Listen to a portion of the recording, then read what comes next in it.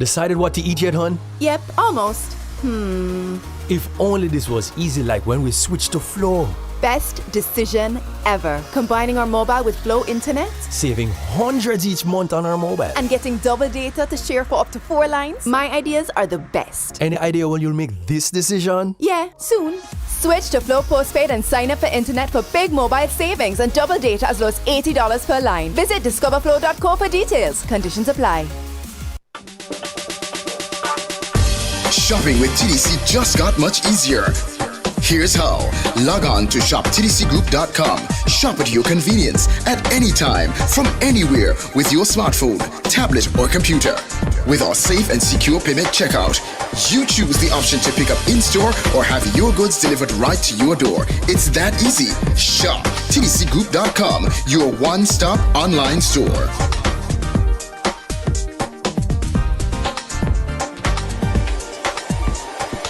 Shop anywhere, shop anytime, same quality you love.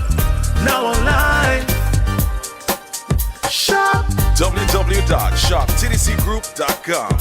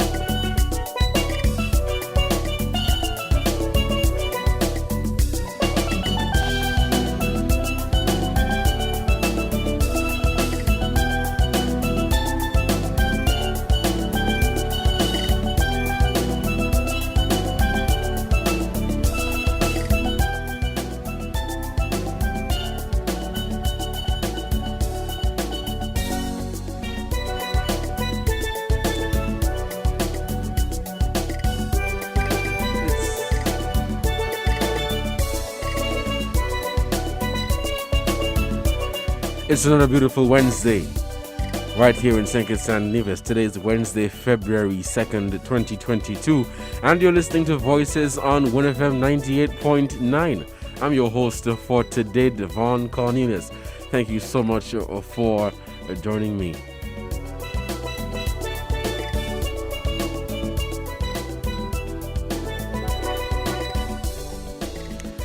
Good morning and thank you so much for joining us here on WINNFM's Voices.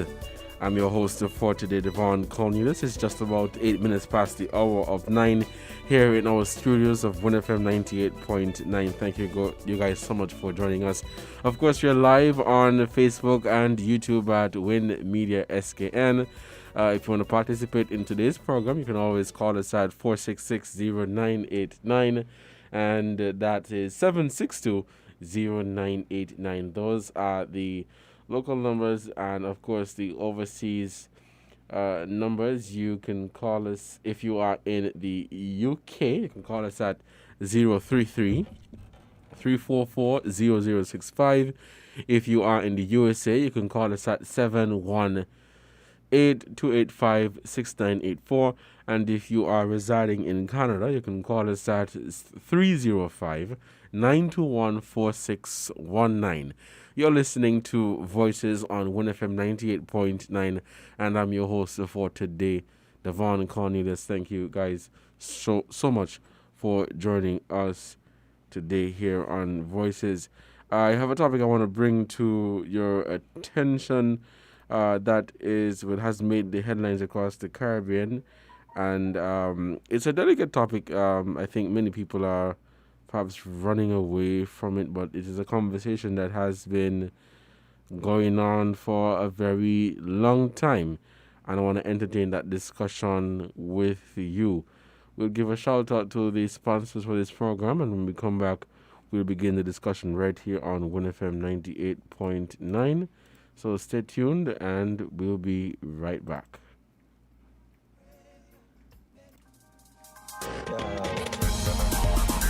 We're different. We're 98.9. 98.9. Win FM. Decided what to eat yet, hon? Yep, almost. If only this was easy like when we switched to Flow. Best decision ever. Combining our mobile with Flow Internet Saving hundreds each month on our mobile. and getting double data to share for up to 4 lines. My ideas are the best. Any idea when you'll make this decision? Yeah, soon. Switch to Flow Postpaid and sign up for internet for big mobile savings and double data as low as $80 per line. Visit discoverflow.co for details. Conditions apply. TDC Financial Services. We're here for you to help you make your dreams come true. Whether your needs are big or small, we'll support you with them all. TDC Financial Services. We are strong. TDC Financial Services. This is where you belong. TDC Financial Services, where money is made easy. Buster, pour it up, need the thirst quencher in my cup. If you have one, hold it up and say, Buster put the colors in my life. Refreshing and nice, and I drink that what we like. Buster, you're full of vibes, living for the color. And I'm black and white, we do what we like. We live to enjoy life. Buster, pour it up, different flavor. Load it up. If you have one, hold it up and say, Buster put the colors in my life.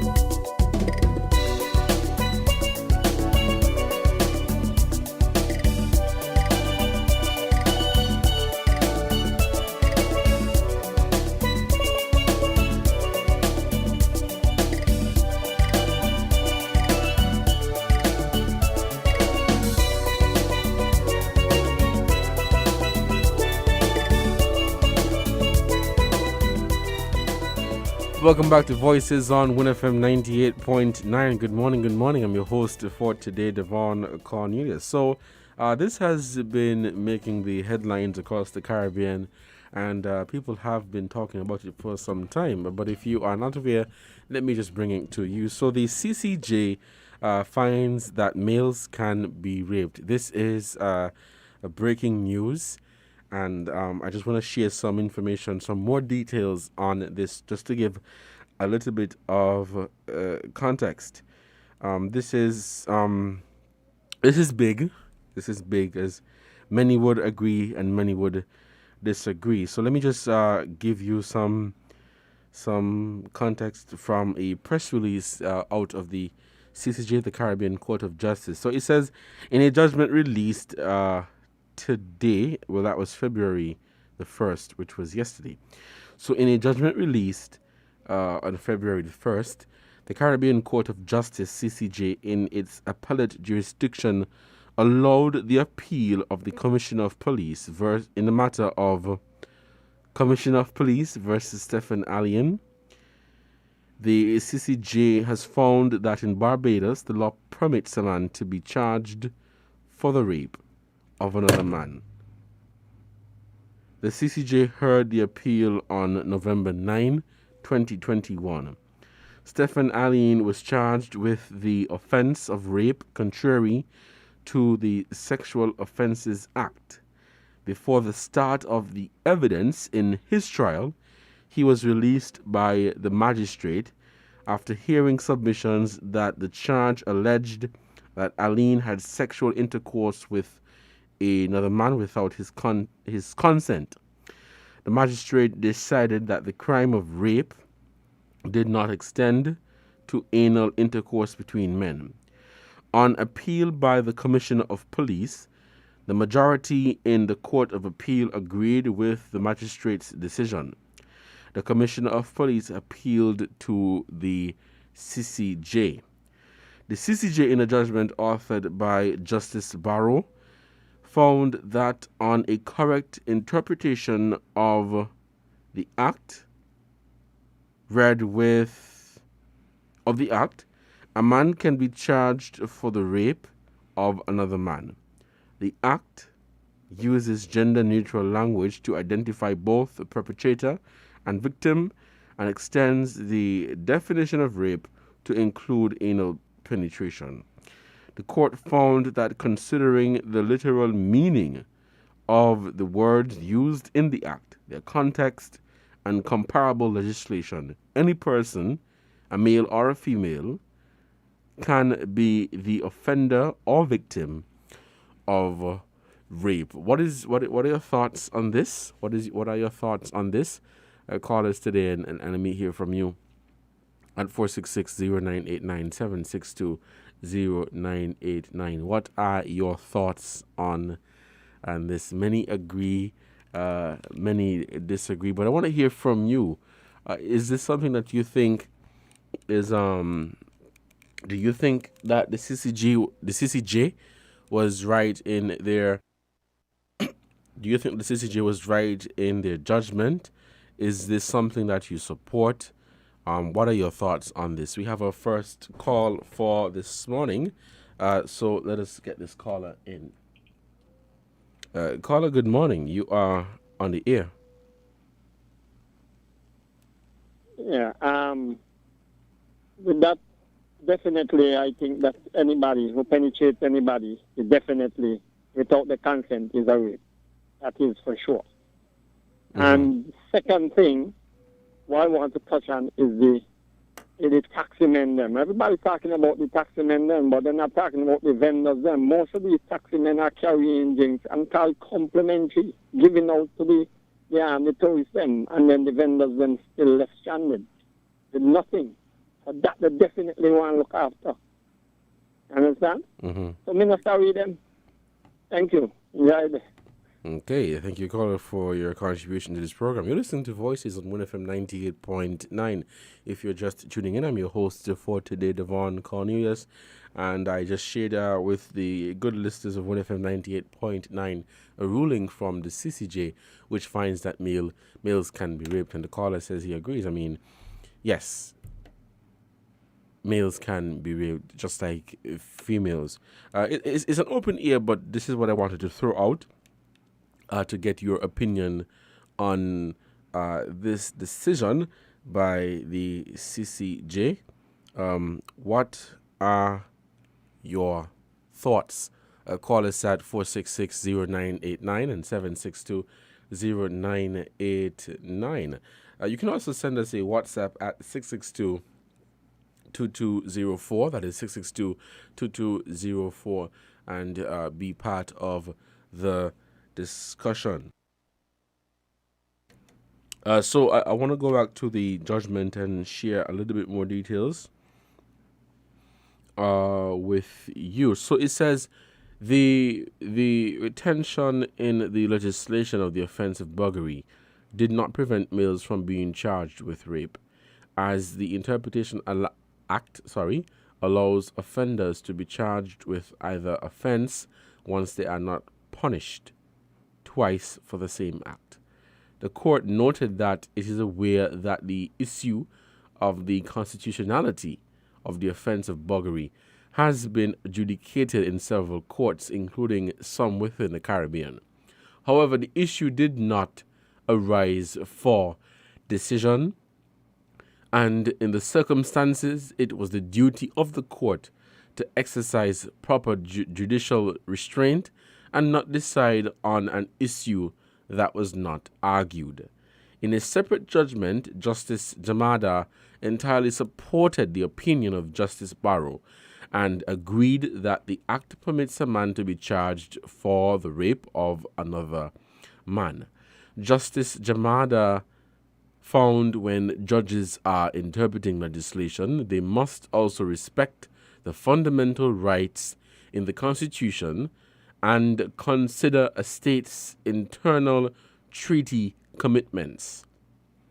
A gender-neutral interpretation of the Act respects the right to protection of the law, regardless of sex, and the prohibition against discriminatory laws under the Constitution. So what I also want to get from this, we could not get this earlier, but what I also want to get from this is, what does this mean for us here in St. Kitts and Nevis and other Caribbean islands, other Caribbean territories? What does this mean for them? I from reading this though, I take it to mean that it is only for Barbados, and so it is more so specific to Barbados. But would this impact other judgments or previous cases or any similar situation that we have had here in St. Kitts and Nevis and other Caribbean territories? This is what I want to get. I'm hoping some legal mind could provide some clarity on this. But the big question with this too is, what does it mean for us here in St. Kitts and Nevis, and what does it mean for other Caribbean islands? Because while it is specific to Barbados and specific to Barbados, would it spill over into other Caribbean islands? Because I'm pretty sure that we have had similar cases like these. I'm not entirely sure, but I'm sure that there have been some cases or similar situations like these, but nothing has really come of it. So the question is, what does this mean for other Caribbean islands and similar situations that have occurred in the past? What does this mean? But I want to hear from you. The phone lines are open, and we are taking your calls here on WINNFM's Voices. Today is Wednesday, February 2nd, 2022. I'm your host for today, Devon Cornelius. The numbers are 4660989 and 7620989. Of course, again, the overseas numbers in the UK, you can call us at 033-344-0065. USA is 718-285-6984, and Canada is 305-921-4619. Those are the numbers to participate in Voices for today. Yes, while I throw out this one from the CCJ is an open ear, so you can call us and share anything that you would like to, we'll share with the general public here in St. Kitts and Nevis, anything that is of concern to you here. Also in the news, more so local news on the national scene, we saw the repatriation of the illegal Haitian migrants. They were repatriated back to, or deported back to Haiti on Monday. Yes, Monday, January 31st, 2022. they were deported back to Haiti. And for those who may not know the backstory to that, they were aboard a vessel that ran aground in Nevis on January 2nd of this year, 2022. And of course, that is illegal. And so the government took them into custody. A number of people were arrested and charged, including some nationals of St. Kitts and Nevis and some nationals of Dominica, who I believe the police say reside in St. Kitts and Nevis are residents of St. Kitts and Nevis. And so the Haitian nationals, migrants, they ran aground in Nevis in the Bath Village area on the 2nd of January of this year.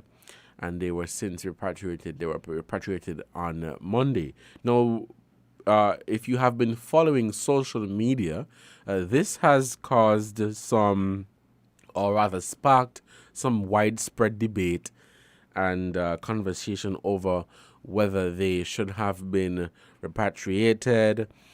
Some believe that the government perhaps should have accommodated them and, find a way to integrate them into the community, into the society, while others support the deportation or the repatriation of these Haitian migrants.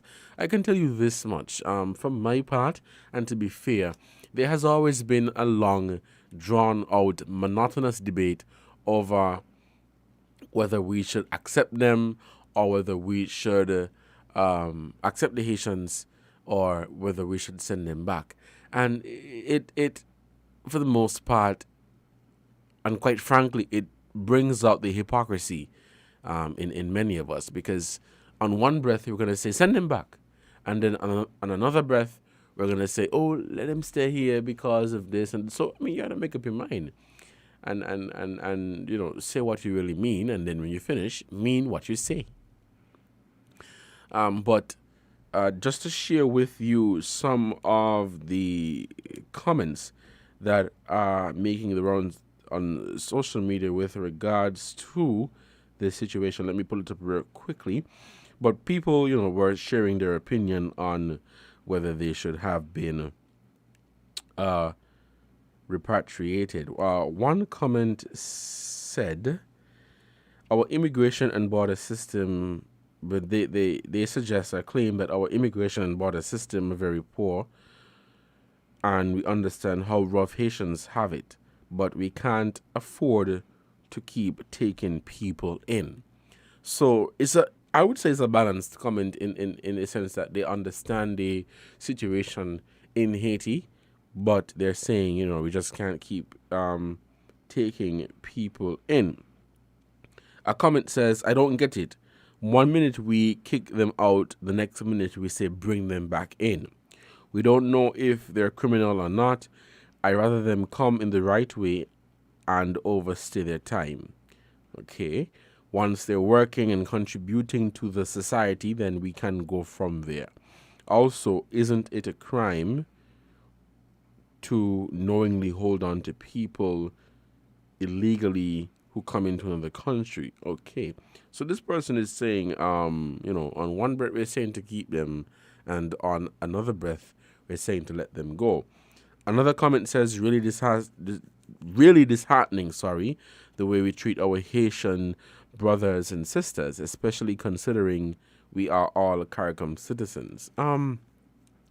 My response to some of these comments would be, okay, the argument has been made that the government perhaps should have found a way to accommodate some of the Haitian migrants. Now, let's say that the government had made a proposal to us to say that, okay, we have made the decision to not deport the migrants. This is what our proposal is. We're going to ask this person to accommodate to, that person to accommodate to, that person to accommodate to. And I can bet you that their picture or their opinion or stance on this matter would immediately change, and they would no longer be in support of it. So I think for the most part, people speak based on their on the situation and their comfort level and what sounds good to them. But very interesting development, very interesting comments made here. Yeah, very, very interesting. It is just 11:30 here in the studios of 1FM 98.9, and you're listening to Voices. I'm your host for today, Devon Cornelius. Before we take a break, though, we have a caller on the line, so let us take this call. Caller, good morning. You're on the air. Hi, good morning. How are you doing? Good morning. I'm doing fine, thanks. Good, that you're doing fine. Concerning the issue with the Haitian, I noticed that we've been importing lots of people from different countries to do different jobs in Thinkits, and lots of them end up staying, lots of them holding the job, and they sit on it like fowl waiting to hatch the egg, and they never get off of it. They come and they do the same thing. We have the same issue with the Taiwanese who set up a agriculture program and the bypass road, which is the Kim Kalin, and that turned out to be the type of success that stayed one place. The plan and the expectation of those people when they arrive and think it was to spread the technique of the Taiwan agriculture system around the island. In my view, that has not happened. And I think that they have moved to some other place. I'm not sure where they are, but they're somewhere in Think it's still operating and have the Taiwanese by themselves. I was looking and hoping that those people will be able to teach our people their techniques to grow things quickly so that we could be somewhat self-sustainable, just in case we are not able to get it from anywhere. It appears to me that's not working. Only thing is working that the people are getting things grow where they are, but nowhere outside of their borders. So it's like you're running a country in terms of the agriculture product with those people. Right. The other thing is that if you look at our tourism industry, you will notice that we have some craft vendors and craftsmen, and most of the craft that you pick up, you will notice that they might make in China. And I'm not sure how much you have traveled, but I have traveled a little bit, not as much as I could or should have, I can afford to. But I've seen lots of craft that was made in Haiti. Tremendous masterpiece of artwork. And not everybody who do things with their hand can teach the art of which they perform. So when I look at it, I think in my mind, maybe we can import a couple of good craft teachers to teach our craftsmen here the true art of craftsmanship when it comes to souvenir, and so that we could have our own name brand made in St. Kitts.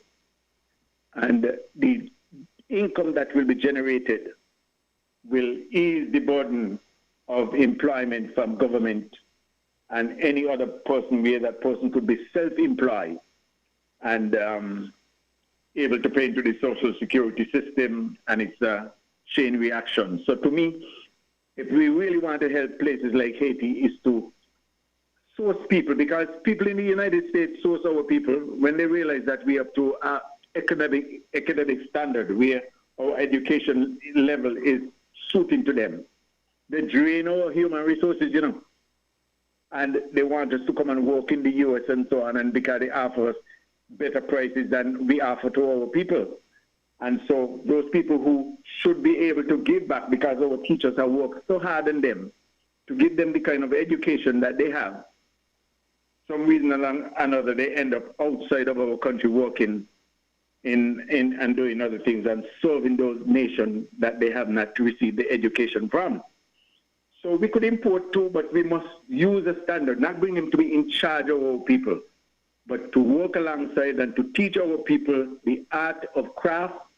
And if there are any other thing that somebody could think about that could make them useful, because they are very skillful people. There are lots of them are skillful people. But if we're going to bring somebody like who we have here on the street to match us, if we're going to bring people here to pack things and shelf in a supermarket like some of our girls are doing in Rams and all of those. Doesn't make any sense. And bring Indian from India to work in places, some of those business in town. Big men packing shelf and standing up by a door. We have people here could do that. For cashier, we have people here could do that. And we don't want to overwhelm and override our people that do small things and to earn a living, to bring people here to flush them out. And then when they arrive here, they think that our people is lazy and they don't want to work and so on.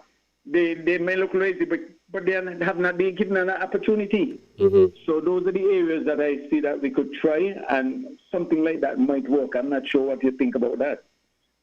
And some of them may be good in agriculture, so we could use some of them to teach some of our people, but rather than like how the Taiwan did and do something different. But we have to make changes as we go along.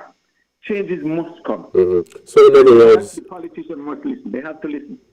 I was listening to Judy the other day on the radio with an interview, and he just he just talk and talk and talk and talk. You have to listen what people say and respond to what they say. Not what he think. We know what he think. Because he's loading down all what should happen and what shouldn't happen. But he must listen to what somebody say, and then he will find out the true needs of the people. Right. So before, not to cut you off. With the reality of things. Yeah, not to cut you off. So, yeah, Colin, not to cut you off. So, with the Haitians, you're saying that perhaps we should have found a way to accommodate them and find out what their skills are to see if they can align with the needs of the job market. No, not people who come in here illegally. Okay. Approach the Haitian, whatever it is, whatever relation you have with Haiti. Approach them. Okay. Build our skills. Get them here so that we could learn from them. Right. Because they are very skillful people. Some of the Haitians are very, very skillful people, high skill. Yes. And I could tell you this. We don't have the type of skill that we should have. If we were to break out something here to start what you call major hotels industry and tourism industry, we will have to import people. But we must prepare our people here that they are able to benefit. That is the thing. Our people should benefit everything that is on this ground here, because this is where they were born and this is where they raised and everything. I could show you this. If government wants an advisor tomorrow, he wouldn't come from St. Kitts. He's going to come from someplace else. But if we want a politician, we will vote for the politician. Then maybe we should vote for the politician from outside too, because they always look outside for outside advisors to advise us in here. So why not we vote for the politician too? Since we give them the opportunity to operate things for us and run things for us, they are our trustee. And when they want somebody big in a big position to advise us, they think that we don't know enough. We have to get people from outside to do it, like Jamaica, Bahamas, and some places to do it. So maybe we should be able to set the constitution that we could vote for a politician outside too. Because somebody has to always come to be in charge of us. We have to be able to take responsibility, shoulder the responsibility to move the country forward, and we have to do it together with the people. The country cannot go without the people. You're going to have gated community. Look, we have a piece of property up there for Social Security at Beacon Heights. Right. Well, God, I thank you. We cannot even drive people up there. Yeah. Because they say it's gated. You cannot. If you want the property sell, people have to drive up there to see it. And when they see it, they say, this is what I want. This is what I like to buy. But you know what? They say, no, you can't drive up there. How could you gate off something from the people that buy the people and for the people? That don't make no sense. Well, caller, we want to take some more calls, so we're going to have to end this call with you. We have some other callers on the line, so we'll take this break and we'll be right back. Well, thank you so much. Thank you so much for your contribution to this program. It is 11:38. We'll take this break to give a shout out to our sponsors, and when we come back, we'll continue Voices here on WINNFM 98.9. Stay tuned, and we will be right back. You found the sound 98.9 WINNFM. Buying your medication is easy with City Drugstore's curbside pickup. WhatsApp our certified pharmacist at 662-8769 with your requests. For prescriptions, take a clear photograph and send for review.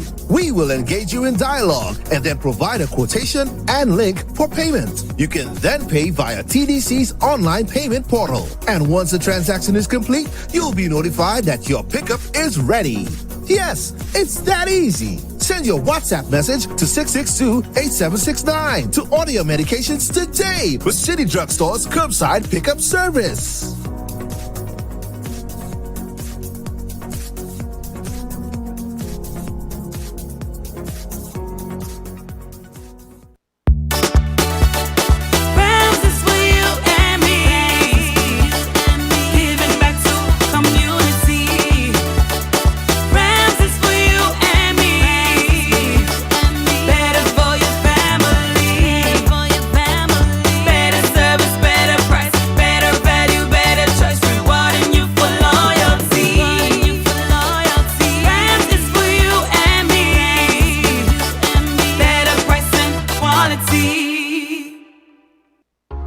Decided what to eat yet, hun? Yep, almost. If only this was easy like when we switched to Flow. Best decision ever. Combining our mobile with Flow Internet Saving hundreds each month on our mobile. and getting double data to share for up to 4 lines. My ideas are the best. Any idea when you'll make this decision? Yeah, soon. Switch to Flow Postpaid and sign up for internet for big mobile savings and double data as low as $80 per line. Visit discoverflow.co for details. Conditions apply.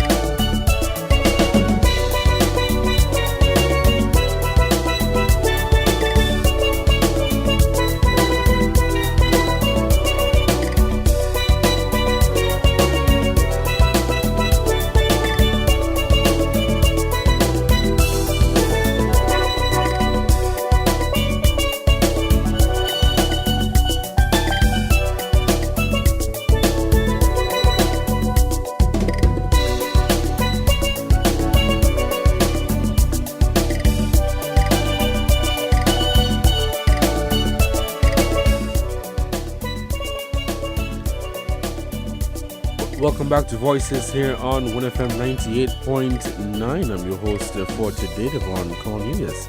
Thank you so much for joining us here today. Today's Wednesday, February 2nd, 2022. It is 11:42 here in the studios of WINNFM 98.9. For those of you who are just tuning in, just to provide you a bit of a recap of the earlier part of Voices for today. The CCJ finds that males can be raped, and an open ear, the conversation or the topic of the repatriation or the deportation of the Haitians. Those two are on the table. We are taking your calls here on Voices at 466-0989 and 762-0989. The WhatsApp number is 662-2204. We are not taking any calls via the WhatsApp number. No calls, but you can send us a message there.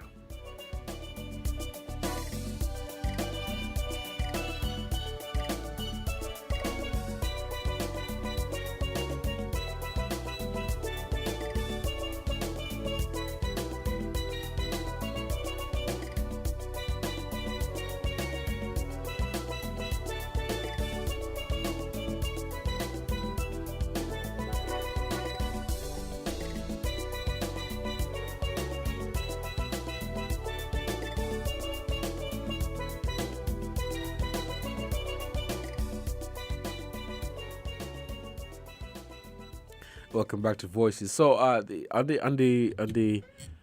topic or on the table for discussion too is the situation with the Haitian migrants. They were repatriated on Monday, and the government reported that they did their best to see how they can assist them. But based on the current circumstances, they were forced to repatriate them. They were forced to deport them back, deport them to Haiti. Yes, so there has been a lot of comments, a lot of different and strong or compelling arguments on this development.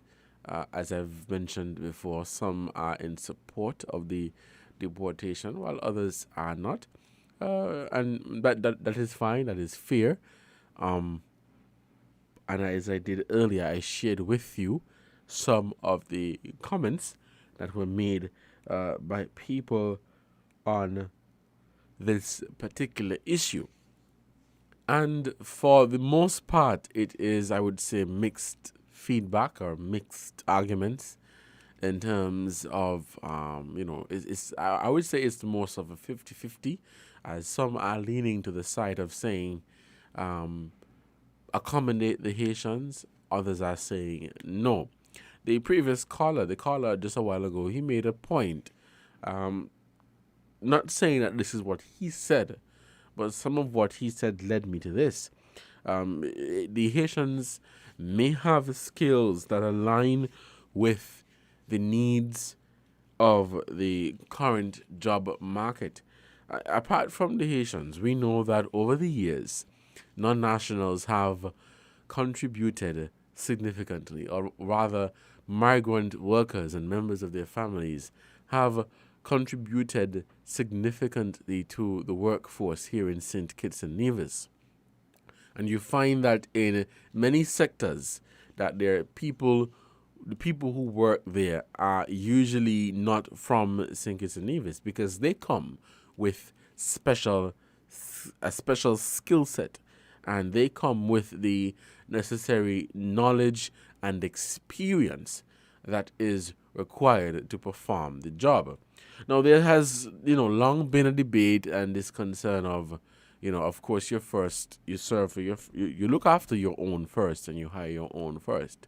But I think the concern from some of the employers is that it is not, or it should not be a situation where you just hire someone based on which country they are from, but it should be based on their qualifications and if they are what you are looking for. If they fit the job criteria, if they fit the employment criteria, that is what really and truly one should be looking for. Some claim that has not been happening. Others say, yes, it has. But with the issue here, as we're on this, speaking about migrant workers, people really moving in search of greener pastures and a better life, some may come with skill sets or experience or the skills that we require to grow our workforce. I mean, just drawing a reference, let's look at the field of nursing. We don't have much local nurses. And even when you look within that pool of nurses, most are perhaps soon retirement age. Some are in the process of retiring. And so we have to find a way to incorporate migrant workers and members of their family. Of course, legally, because I don't believe that it should be a case of where someone enters your country illegally, because that is illegal, and then you reward them that way. To me, it is like you're encouraging the movement, and so you're going to see more people starting to come because they are going to tell themselves, well, hey, my colleagues or my brothers and sisters went to this country illegally, they got in and now they're working and they're now able to make a living for their family. So how do you now tell a person who wants to enter the right way that they can't get this opportunity or this opportunity can't be given to them?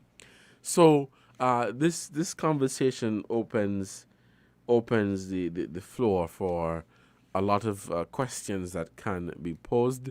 I want to hear from you, the good listeners. What is your take on This call us at 4660989 7620989. Remember, you can send your contribution at 662-2204. But I want to hear from you, your take on this matter.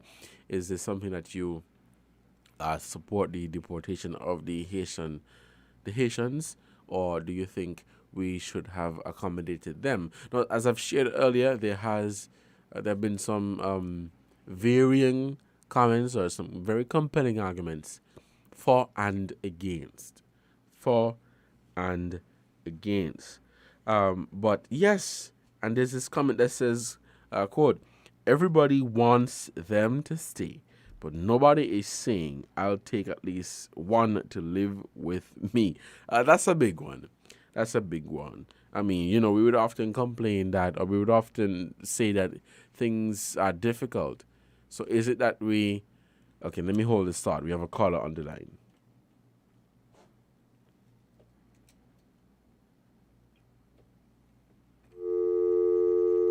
Okay, we seem to have lost that caller. Caller, please call us back at 466-0989 762-0989. We're taking your calls here on Voices on WINNFM 98.9. Let's head back to the phone lines. Caller, good morning. You're on the air. Good morning. I haven't really been following that rape case heard by the CCJ, but did they make any pronouncement on the definition of rape or the thresholds that constitute rape? What do they define as penetration, for instance? Can a woman rape a man? Bearing in mind the diverse nature of sexual acts, does it encompass all of them? Do you know the answers to those questions? I can find out for you, but I don't have the answers to all of those questions. But it basically said, hold on. It says he found that the act does not purport to do. Wait, I'm reading the wrong part. I'm trying to find the part where it spoke about that whether it is a male or a female, that person can be raped, whether it is a male or a female. So it speaks to it, but can be raped by another male or female? Yes. Interesting. Okay, so basically it's saying that a woman can also rape a woman. Precisely. Well, this is what it didn't say it clearly, but one can take it to mean that if a man can rape a man, then I think it's safe to say a woman can rape a woman, but it didn't say that clearly. It didn't say that clearly, and it didn't say clearly either whether a woman can rape a man. Because, on the face of it, it would seem that a woman cannot rape a man. But bearing in mind, what is required for sex. Right? Not to cut you off, no. There's a part that says that the act modifies the common law by providing that not only a man can commit the act of rape, but of any of the parties to sexual intercourse, a male or a female can do so. That is an offender. That is, an offender may also be female. Okay. Yes. That's interesting. Do you find it a departure from past, certainly past practices or past taboos or past traditions where, women were found incapable of rape? Is it a departure from it, or it's just, does it clarify it, or, I just wondered. It's what I can say is that it is interesting because we would think, outside of the court of law, we would think that how can a woman rape a woman, or how can a woman rape a man? So what I really want to get from this caller is, what does this mean for similar cases or similar situations that have occurred in the past? That is what I want to know. You see, I think there's a power dynamic at play here. where one can impose their strength on another, or it, what makes it different, for instance, from something like assault? Is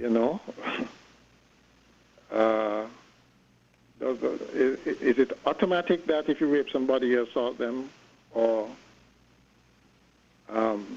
so now you're speaking is it to a separate, the definition of rape? Yeah.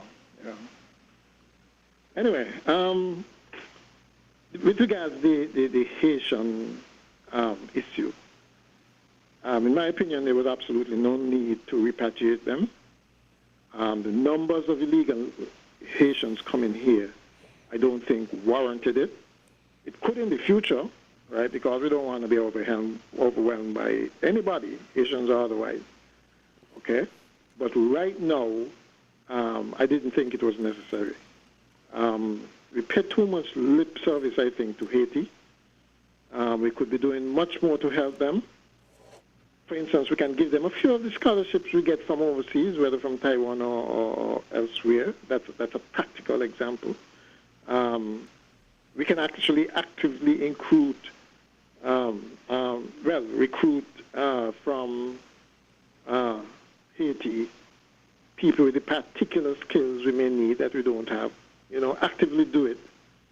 I'm sure we don't advertise. We didn't advertise, for instance, for the post of CEO of tourism in Haiti. And who knows, we might have found somebody there. There's a lot I think we can do ourselves to help them in the area of governance, because I think that's where they're lacking, essentially. They're a failed state in terms of that. I mean, we have our problems with our own governance, but I think we're at least in a better position with respect to Haiti, right? And so we can do exchanges, or, for instance, some of their bureaucrats can understudy ours. We can send some of our bureaucrats down there, maybe those who have retired, or, we have quite a number of them, for instance, who have reached the age of retirement and still at work here. Send them to Haiti, man, and let them be a kind of what they used to call the Peace Corps kind of thing. Since they want to work, still send them there and give younger people here a chance to go up. We can do these kinds of exchanges. Let them see how things are done. Because like I said, a big part of Haiti's problem is that their bureaucracy, their institutions do not work. Okay, and this is an initiative I really think can be region-wide. Right. This is not we can start it. Right. But it can easily be expanded to be region-wide and make a bigger impact on Haiti, right? Instead of CARICOM always talking and saying Haiti, I'm sorry, and those kinds of things. This is a practical way where they can help. So right. I just thought I'd throw that out there. Well, caller, thank you so much for that. We're out of time, so we'll take this break for the headline news, and when we come back, we'll continue the conversation right after the headline news. But let us take this break, and we'll pause for the headline news. WINN is 98.9. 98.9 is Win FM. Buster, pour it up, meet the thirst quencher in my cup. If you have one, hold it up and say, Buster put the colors in my life. Refreshing and nice, and I drink that what we like. Buster, you're full of vibes, living for the color. I know black and white, we do what we like. We live to enjoy life. Buster, pour it up, different flavor. Load it up. If you have one, hold it up and say, Buster put the colors in my life. Decided what to eat yet, hon? Yep, almost. If only this was easy like when we switched to flour. best decision ever. Combining our mobile with Flow Internet Saving hundreds each month on our mobile. and getting double data to share for up to 4 lines. My ideas are the best. Any idea when you'll make this decision? Yeah, soon. Switch to Flow Postpaid and sign up for internet for big mobile savings and double data as low as $80 per line. Visit discoverflow.co for details. Conditions apply. Shopping with TDC just got much easier. Here's how. Log on to shoptdcgroup.com. Shop at your convenience at any time, from anywhere, with your smartphone, tablet, or computer.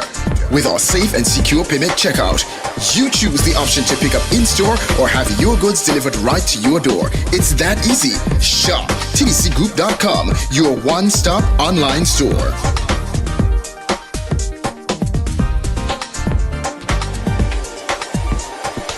Shop anywhere, shop anytime. You found the sound. 98.9. Win FM.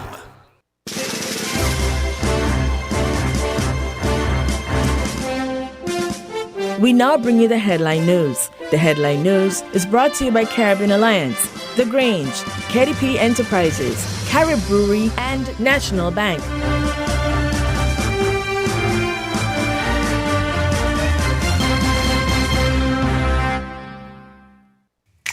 Maybe it's the way the brilliant gold liquid reflects our sunshine, or how the bright blue of its label mirrors the clear Caribbean skies overhead.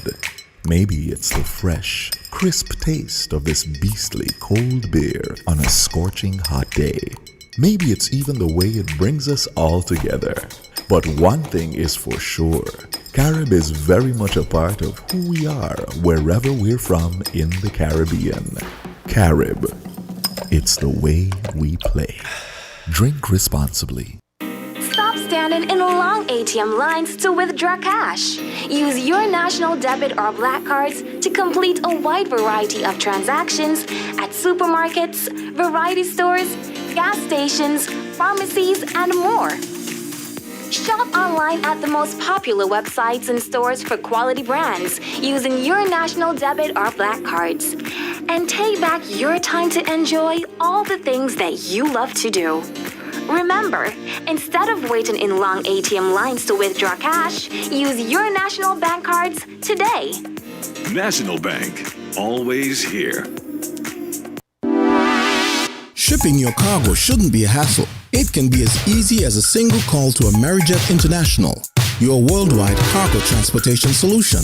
We provide all the services you need to ship your goods anywhere in the world, whether your shipment is fresh, frozen, large or small, alive or hazardous. You can count on Amerijet to deliver it safe and sound. Amerijet International, by land, sea or air, we get it there. For more information, visit us online at www.amerijet.com or call us at KDP Enterprises at 466-9595. Protect your lifestyle with Caribbean Alliance Insurance. Dealing well with a low reputation and service for second to none. Securing you is our mission. People that you can trust, your business, property, we got you covered. Motor or personal, whatever it is, we got you covered. 130 years in this business, we've got you covered. For all your insurance needs, visit or call us at 465-2631 or 469-5303. Dealey Walwyn, people you can trust. Did you know that the Grange Healthcare Facility is the first purpose-built, non-governmental healthcare organization on St. Kitts? It's situated at Otley's, 7 miles east of Basseterre in beautifully landscaped surroundings. The Grange has a team of highly trained professionals and provides care that's rated as being comparable with UK and North American standards. The Grange offers varied accommodations to suit your individual needs, and our all-inclusive packages make the cost of care per hour the most competitive on the island. Services include convalescent care for all ages, daycare facilities for older adults, rehabilitation services services, and training and continuing education for healthcare providers. For more information, call 466-5525 or 465-8020. Fax 466-8221 or email thegrangehealth@gmail.com or visit our website at www.grangehealthcarefacility.com. With the Win Headline News, I am Devon Cornelius. I am Yolanda Weeks. And I am Kevon Brown. Making the headlines. Nevis Agro-Processing Unit to be recognized on the global market following exportation of locally made products. The Nevis Cooperative Credit Union launches 50th anniversary celebrations. The Nyabingi Theocracy Order wants Buckley's uprising story documented and a monument built. Caribbean Court of Justice makes landmark judgment, finds males can be raped. Internationally, Kenyan female runners open up on losing winnings to predatory husbands. The details and more straight ahead.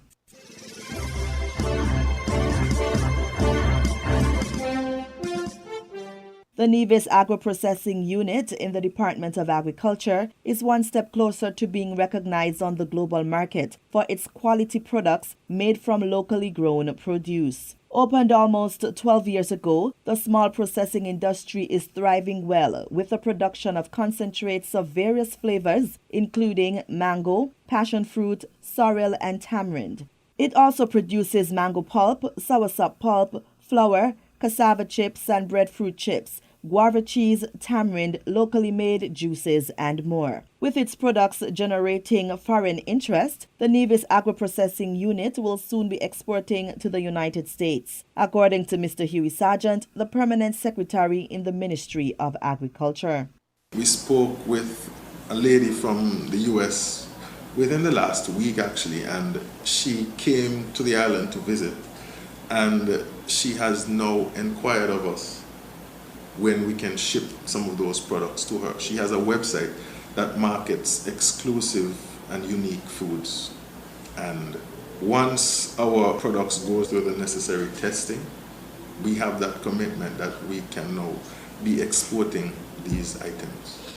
In addition, Sargent shared that the businesswoman has one concern related to the labeling of the products, but has expressed her willingness in ensuring that the labelings are properly done. The packaging is well. She loved the packages, actually.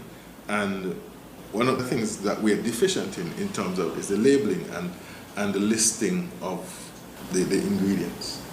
Normally, the ingredients are very few. So it is as natural and as healthy as possible. So what she has committed to doing is to having someone in her company work with us to enhance our labeling, because obviously it has to be able to meet the U.S. import standards. And I mean, if you're talking sorrel, the sorrel concentrates, it's literally just sorrel water, sugar, and maybe some preservatives. But that is the kind of interest that plant, that agro-processing unit has generated. Meanwhile, Mr. Sargent indicated that there has been a growing interest locally for products made at the facility. He expressed his pride with the level of confidence that the general public has placed in the agro-processing unit, as well as the amount of products produced on the island of Nevis.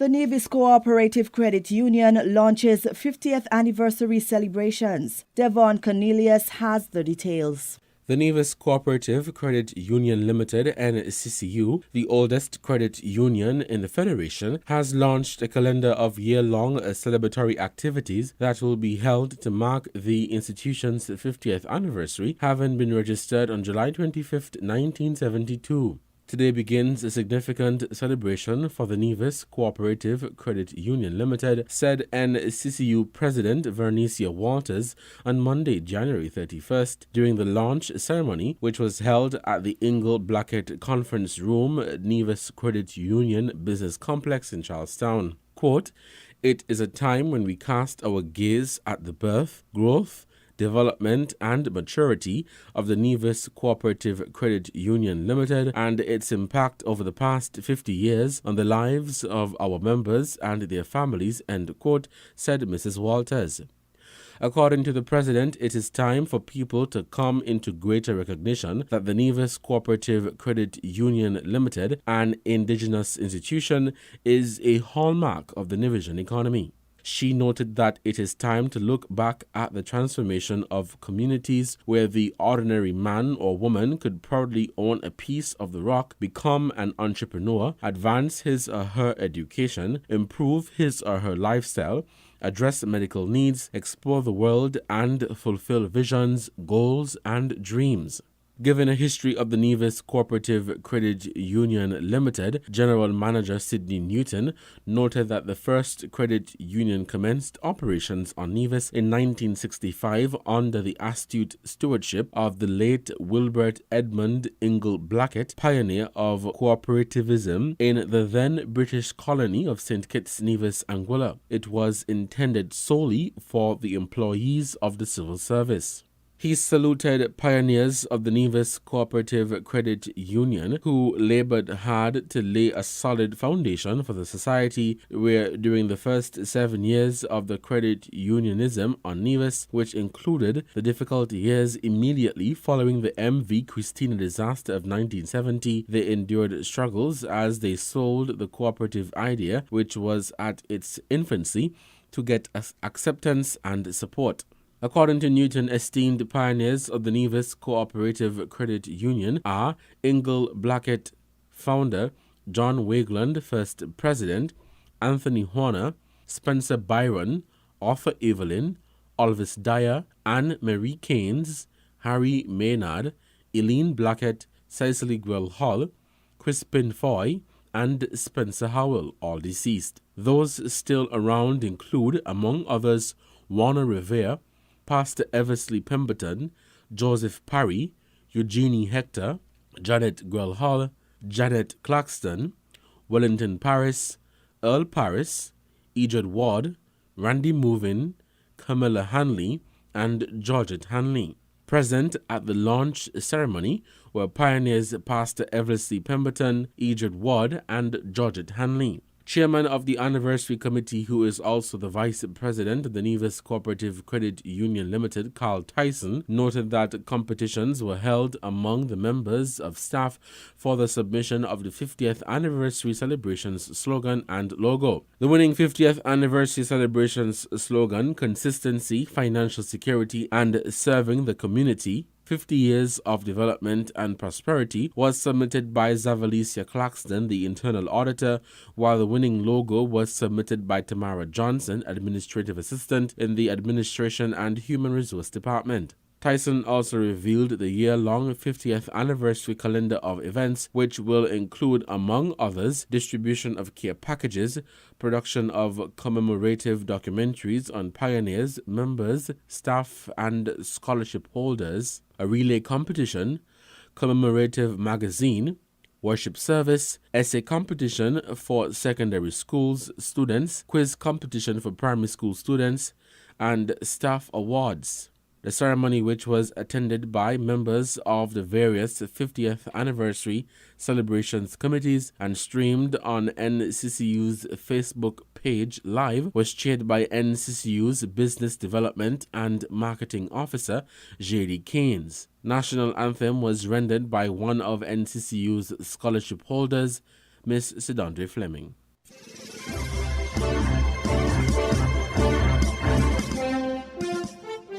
Public Relations Officer of the Nyabingi Theocracy Order, Ras Iyer, has expressed his disappointment with the lack of recognition and attention given to the historic Buckley's Uprising, which occurred in 1935. It's very tremendous to see that we as a people have been very lackadaisical when it comes to this event, because we have seen that our people are not really gravitate that momentous occasion that have been able to spark a way that the people could stand for equality and justice. Ras Iyer, a guest on Good Morning SKN, added that it is very shameful to see that the information from the Buckley's Uprising has not been taught in the schools. He explained that he learned of the uprising since he left school through the Nyabingi Theocracy Order. He therefore expressed gratitude to the group for remembering that significant day and for ensuring that the story behind Buckley's uprising is not forgotten. He insisted that such an event should be documented and passed on to future generations so that they can understand what caused the 1935 riot, what happened during the event, and its aftermath. Ras Iyer informed that changes didn't come suddenly after the Buckley's uprising, but change came over time. He acknowledged the founders of the Workers' League, like Mr. Thomas Manchester and Mr. Edgar Challenger and others, who through consultations were instrumental in seeing that they took a stand for the working class people. This, he said, created an opportunity for political parties to be formed and influenced the people from other islands to take a stand and demand a better life. On Friday, January 28, 2022, the Nyabingi Theocracy Order held an event to commemorate the Buckley's uprising. One of the main highlights of the event was a poem by Mr. Michael Blake, who called for a monument to be built at Buckley's estate. He urged individuals in attendance to pledge $1,000 as a contribution to the construction of the monument. The uprising birthed from sugar workers' desire to earn fair wages after learning that workers from the Wade estates paid a Christmas bonus. After requests made for additional wages were rejected, cane fires on several sugar estates occurred near Bastyr, and a meeting was held with estates who did not allow any increase in pay. On January 28, 1935, Buckley's estate workers asked the manager for a raise. The manager refused, and the workers went on strike. Hundreds more joined at the end, which led to 3 deaths and a reported 9 injured people.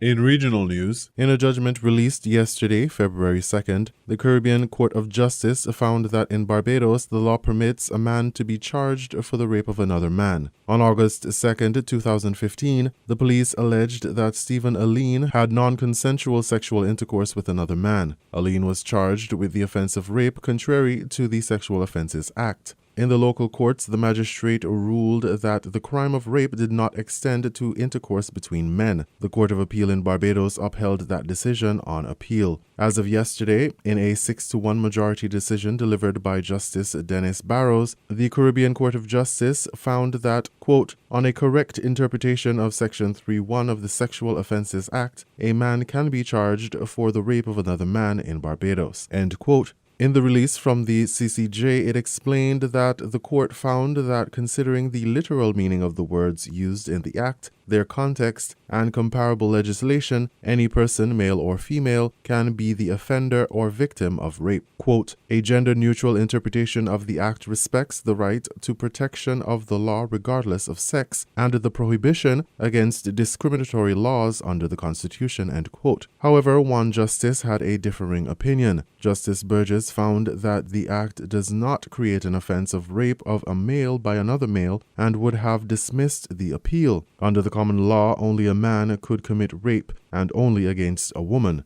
The act does not purport to do anything as revolutionary as change the common law to create an offense of rape by a male of another male, said Justice Burgess. Justice Burgess said that Parliament in Barbados would have to express that intention in unambiguous language for such an interpretation of the law to be made.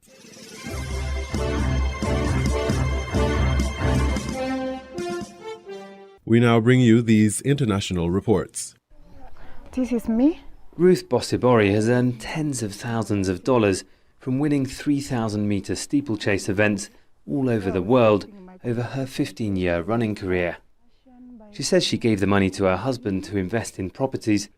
She says he became violent, then left her and took everything. For him, he had motives. He was after my sweat. So it breaks my heart because when I see the situation I'm in at the moment, I sometimes lack what to say. Ruth says she's not alone. She lives in the town of Iten in Kenya, where many of the world's fastest long-distance runners come from. She says many of the female athletes here lose their winnings to abusive partners. Few ever spoke out about it until world record-breaking professional athlete Agnes Tirop was stabbed to death at her home 3 months ago. Police charged her husband with murder. It prompted outcry against domestic abuse in Kenya and beyond. Joanne Chelimo, who's won half marathons all over the world, says she left an abusive husband after he took most of her winnings. She's been speaking out and says dozens of other abused female athletes have since contacted her. She's set up a charity to help them. Like Agnes Tirop, she could not tell anyone her problems. So most of them are suffering in silence. So our main objective is to try to educate them and for them just to know their rights, what they are capable of doing. Many of the runners begin when they're teenagers and can be vulnerable in the cutthroat business of professional sport. Most people here aren't wealthy. Many live in shacks. Small-scale farming is one of the only ways that people can make a living, and a lot of the athletes say when they start out running they can't even afford their own trainers, and that winning the prizes from international running competitions is one of the only ways to make a decent living. On the edge of a 10 is a growing suburb of the homes of the few athletes here that make it. The winnings can be big. That's what Joanne says attracts predatory men to winning women. Caroline and Njoroge won around $10,000 running long-distance races in China just before the global pandemic.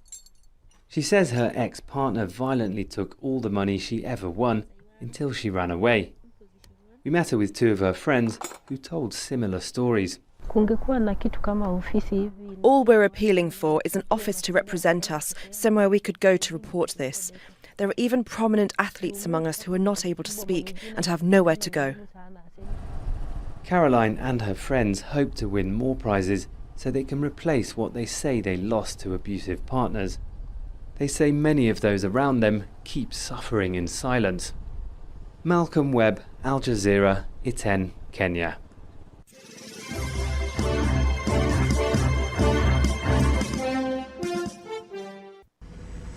The future of French troops in Mali is in doubt as relations with the former colonial power deteriorate.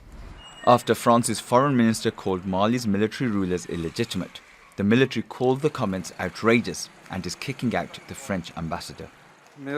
Paris has become increasingly frustrated at the presence of Russian mercenaries in Mali to combat armed groups. The Russian Wagner Group stands accused of plundering Mali's natural resources, such as gold and uranium, in exchange for protecting the military government.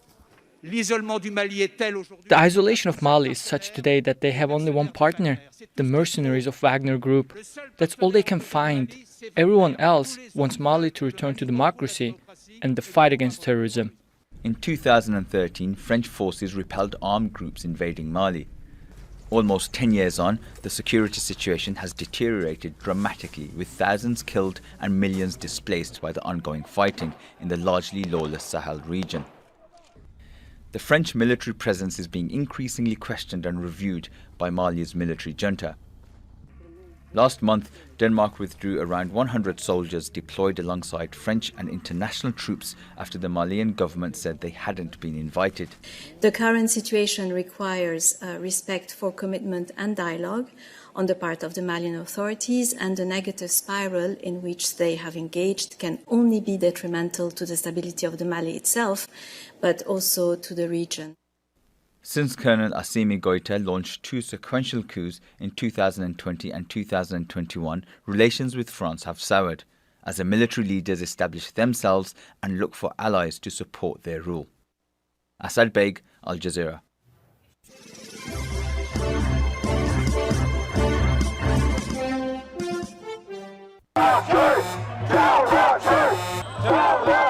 This protest took place in Australia's capital, Canberra, outside the National Press Club.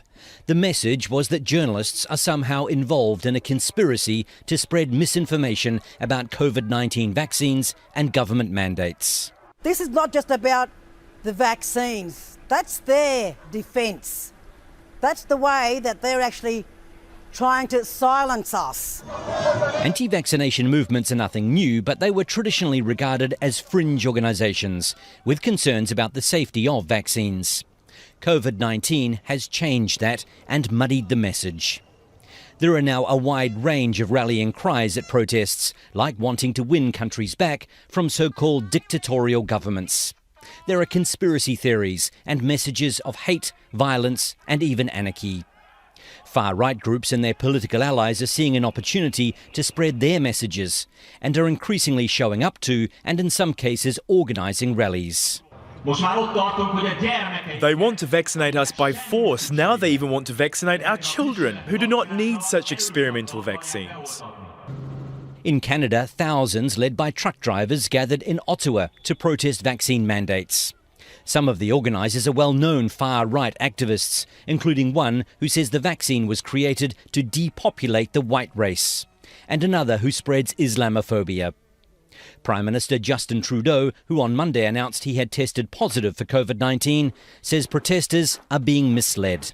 To the politicians exploiting people's fears, I ask you to think long and hard about the consequences of your actions. Most protests around the world have been peaceful, attended by people who have genuine concerns about vaccines. But their message is increasingly being lost in a misinformation campaign being waged by others who have ulterior motives. Wayne Hay, Al Jazeera.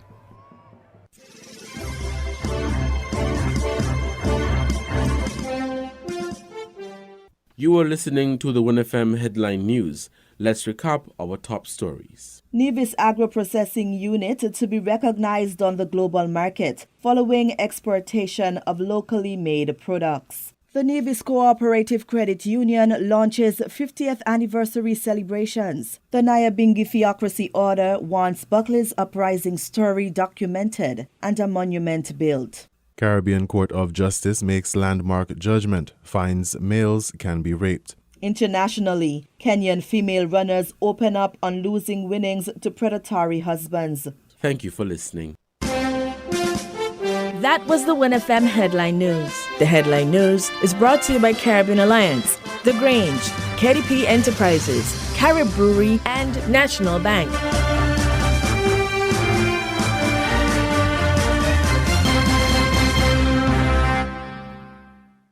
Did you know that the Grange Healthcare Facility is the first purpose-built, non-governmental healthcare organization on St. Kitts? It's situated at Otley's, 7 miles east of Basseterre in beautifully landscaped surroundings. The Grange has a team of highly trained professionals and provides care that's rated as being comparable with UK and North American standards. The Grange offers varied accommodations to suit your individual needs, and our all-inclusive packages make the cost of care per hour the most competitive on the island. Services include convalescent care for all ages, daycare facilities for older adults, rehabilitation services, and training and continuing education for healthcare providers. For more information, call 466-5525 or 465-8020. Fax 466-8221 or email thegrangehealth@gmail.com or visit our website at www.grangehealthcarefacility.com. Protect your lifestyle with Caribbean Alliance Insurance. Dealing well with a local reputation and service for second to none. Securing you is our mission. People that you can trust, your business, property, we got you covered. Motor or personal, whatever it is, we got you covered. 130 years in this business, we got you covered. For all your insurance needs, visit or call us at 465-2631 or 469-5303. Dealey Walwyn, people you can trust. Shipping your cargo shouldn't be a hassle. It can be as easy as a single call to Amerijet International, your worldwide cargo transportation solution. We provide all the services you need to ship your goods anywhere in the world, whether your shipment is fresh, frozen, large or small, alive or hazardous. You can count on Amerijet to deliver it safe and sound. Amerijet International, by land, sea or air, we get it there. For more information, visit us online at www.amerijet.com or call us at KDP Enterprises at 466-9595.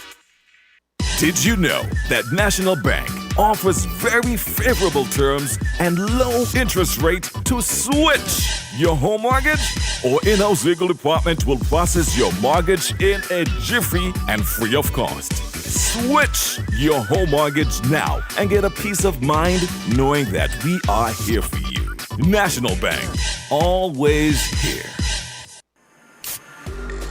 With over a century of perfection behind the Mackeson name, a smooth blend with perfect balance and richness, it's no wonder Mackeson Triple Stout has a legacy of perfection. Enjoyed the world over. Introducing our new look with the same great taste. Mackeson. All hail the king. Please drink responsibly.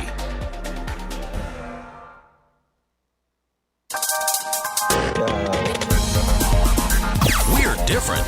We're 98.9. 98.9. Win FM.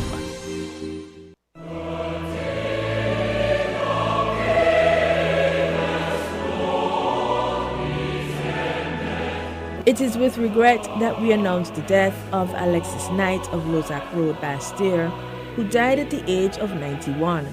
The sad event took place on Monday, 3rd January 2022. He leaves to cherish his memory, his children, Patrick, Ian and Kay Knight in the USA, Stanley, Sharon, Jean, Gary and Dennis Freddie Knight at home, daughters-in-law Elizabeth, Ione, Tessa, Vancelyn and Visha Knight, son-in-law Derek Bradshaw, grandchildren Devron and Stetson Hazel, Itiga Bradshaw, Aaron, Gershon, Leanne, Andre, Danica, Charlize, Melena, Kimmy Lee, Zidane and Benjamin Knight.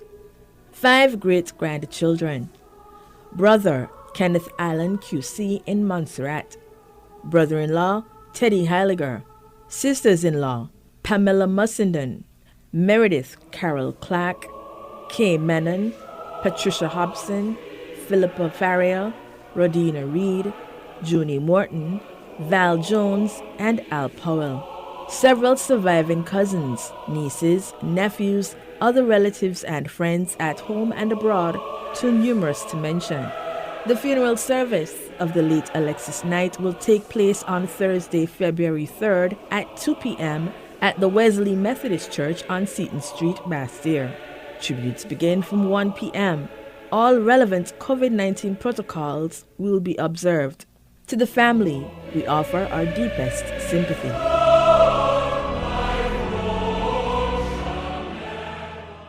We're different. We're 98.9. 98.9. Win FM.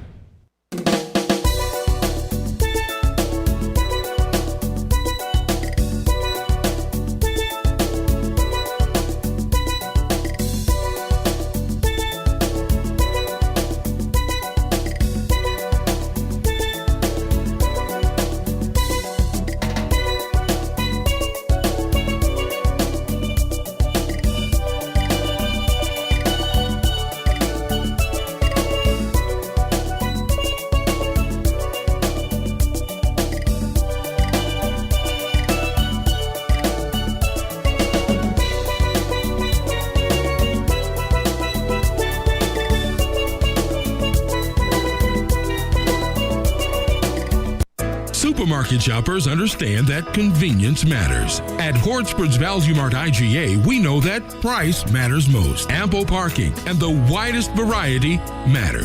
At Hortsports Value Mart IGA, we know that price matters most. Clean, spacious aisles and the highest level of customer service all matter. At Hortsports Value Mart IGA, price matters most. We've renewed our commitment to guarantee the lowest prices in the Federation. Why? Because we understand that in this tough economic environment, price matters most. Shop smart. Shop Value Mart, where price matters most. Farms Estate Nevis and Wellington Road, St. Kitts. Price matters most.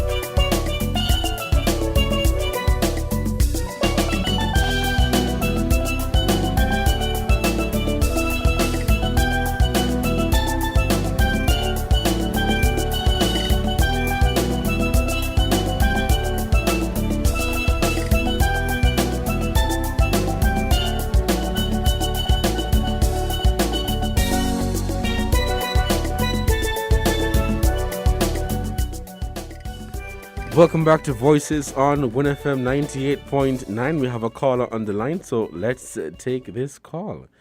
Caller, good morning. You are... Sorry, good afternoon. Okay, we seem to have lost that caller. We're still taking your calls here on Voices on WINNFM 98.9. It is just 12:36. There's a caller on the line. Let us see if we can get this caller in. Caller, good afternoon. You're on the air. Caller, good afternoon. You're on the air. Hey, good afternoon, Devon. How are you doing? Good afternoon. How are you doing today? I'm fine, thanks. Well, you're giving God thanks, you know. Yes, we have to. In these times. Yes. It is the spirit that controls the body, you know. Most people who are often very depressed, they find nothing to give thanks for. Not that they don't want to, you know, but sometimes the situation seems so. That's why it is good to put your trust in God. Mm-hmm. Good afternoon, Journey. You know, you have some very interesting news items today, but I want to comment on the topic that you raised. The one with the CCJ verdict or judgment. Yes. It is very timely. Very timely. Men who are being raped by other men had nowhere to go. In some countries, they abolished the buggery law. So there was nothing to protect them. I mean, I've heard many stories on the radio and television about young men, young boys who are being raped by men and the shame and emotional turmoil it causes. You know? It should serve as a warning, but I haven't heard the penalty. Because it cannot be right. The same way it's not right to rape a woman, it cannot be right to rape a man. And rape is sex without consent. That's what it is, you know. There's no consent. So I am sure some of those in the LBQ, whatever they say the name, are glad for the law. They're glad for the judgment. You don't think so? Yeah, I think this is a victory for because them. Many of them, you hear their life story. Relatives raping them, friends raping them, big old women raping young people. Some of them bribe you, you know, and set upon you. Who you going? The one who took the matter to the court was very brave. He had to be brave to go and admit that a man had sex with him. And I hope it serves as a warning, you know, and I hope the penalties are as stiff for the man when he raped the woman as for when he raped the man, because the same psychological things mess up people's life. Mess up people's life. So I hope many more, and I hope the state is able to take cases. Well, you know, just like the question I posed earlier, what does this mean for us here in St. Kitts and Nevis and other Caribbean islands? You know, Pardon? the president is set, eh? Right. So it will mean that when the matter comes up, even though we're not a member of the CCJ yet, eh? Which I can understand why not. I mean, you had the man, Mr. Byron, the age his brother was the president or whatever, or Chief Justice, and we're still out here waiting for something else. Mm-hmm. You know? I mean, it's time enough. The other day I was listening to a podcast, and this fellow was talking his life story. I mean, even from the age of 70 being raped. And sometimes when we see people displaying homosexual behavior, a lot of them were raped, taken advantage of. And while I'm at it, let me get to the matter of the differently abled. Because a lot of these homosexual men prey. They prey on the differently abled young men. You know, they might have a little intellectual disability, we say, right? Right. They prey on them. Sometimes when the case go and they say, look, when they go to school the next Monday, they tell people, the people in the school how so-and-so raped them, so-and-so raped them. I mean, they should be able to bring cases against them. It's not assault, it's rape. So I'm waiting to hear the response by the local and the regional LBTQ, whatever they say the name. I mean, it's sad. You know how confused it could leave you? You go by your friend and you need like football and you're not even thinking about it. Next thing you know, this thing happened to you. You might be afraid to go with a woman after that. You know, so I see it as a good thing, because it now gives other men who were raped, and it should serve as a warning. I hope they get the same 15 and 30 years, you know. And the younger the person, the greater should be the punishment. And if our laws need to be amended, they should be as soon as possible. It goes on here in St. Kitts. It goes on here with impunity. So I hope the AG and the whoever council pay attention to it. It's not just a Barbados thing. It's difficult when you go and ruin the life of young people. Have them confused. They don't have the homosexual life, they're straight or nothing, because you are you. You know, and a lot of people don't like the Bible, you know, but they better take a read. Take a read of it. Oh, the Bible, I don't care which, even if the Pope says right, it's wrong. I mean, it is a shameful. Look for since you look for people of like mind, don't impose yourself on people that go for male and female. Because in this country here, a lot of it goes on with the females too. Raped, they get themselves raped. And then the system is set up in such a way. You know, the shame. And while I'm at it, let me say something. There is a frequent caller who keep lamenting about the condition about a 15-year-old child who was raped. Now, one, the law says you cannot call the person's name. Neither can the media publish the name of the victim. Now, when you mean well, right? The person mean well. But if you are the victim, and every time you put on the radio, you hear this issue being discussed, you know it increases the emotional turmoil of the person. It was if they suffered something. It kept reviving this thing. So what should be done and what can be done is that the matter, if you feel the matter is not being dealt with, get a lawyer. Because you could find a free lawyer to go to the magistrate also, or to the police, because sometimes they themselves, not they, you know, the probation section, because they could talk. They prolong the matter, take long, and sometimes when you ask them, what about this case? You get all kind of flimsy excuse. All kind of flimsy excuse as to why the person has not been taken to court and the case has not been tried. Because all you're doing, you're emboldening, you're only emboldening the offender.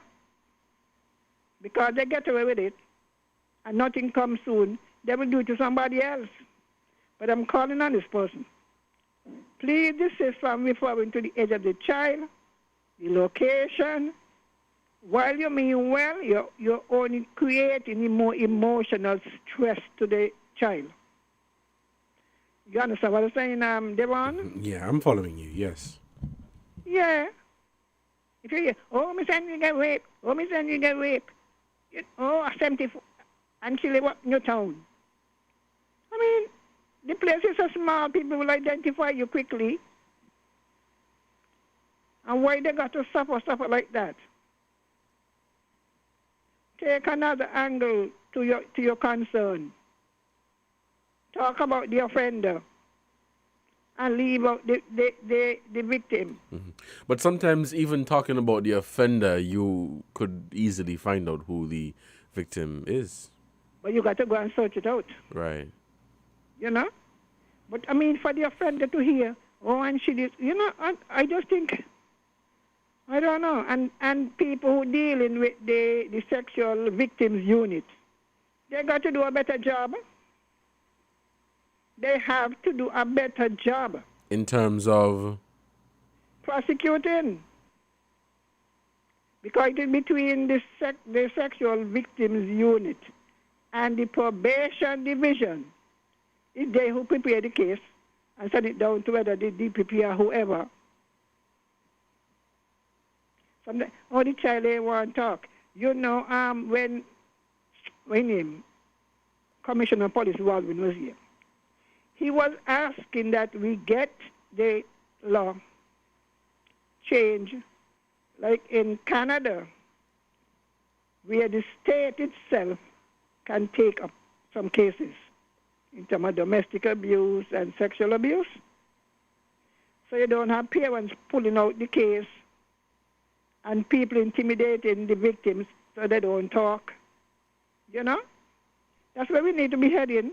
Because we are not getting anywhere. We are not getting anywhere. And I call upon our people to treat each other with respect. It's a lack of respect when a man rape a woman, you know, and a man rape a man. It's a lack of respect. You don't see the other person as a person. They become an object to you. And you have no idea. There are many people in drugs, in crime, and oh, they're bad. Sometimes when you go to ask them, you know, why are you so angry and so? If some of these things happen to them, you're aware of that? Mm-hmm. Right, yeah, I am. All right, then. Mm-hmm. Thank you so much, caller, for your contribution on that. We'll take a break to give a shout-out to the sponsors for this program, and when we come back, we'll continue Voices here on WINNFM 98.9. Stick and stay. We will be right back. Found the sound 98.9 WINNMedia FM. Get your property properly covered today. Constructing your dream house or considering renovating your property? We will make sure your property is properly covered at Guardian General Insurance. Yes, at Guardian General Insurance, we will ensure that your property is properly covered with our private dwelling and contractors all-risk promotion. Visit or call us today and get affordable rates, premium financing arrangements. From now until March 31st, 2022, we will properly cover fire, lightning, explosion, thunderbolt, bursting or overflowing of water tanks and apparatus pipes, burglary, theft or larceny, impact by road vehicle, riot, strike or malicious damage, hurricane, earthquake or volcanic eruption, flood, collapse due to subsidence of landslip, loss of rent, cost of temporary accommodation, and much more. So get your property properly covered at SL Horsford and Company Limited, local agents for Guardian General Insurance today. Special terms and conditions apply. Call today at 869-465-9355 for further details.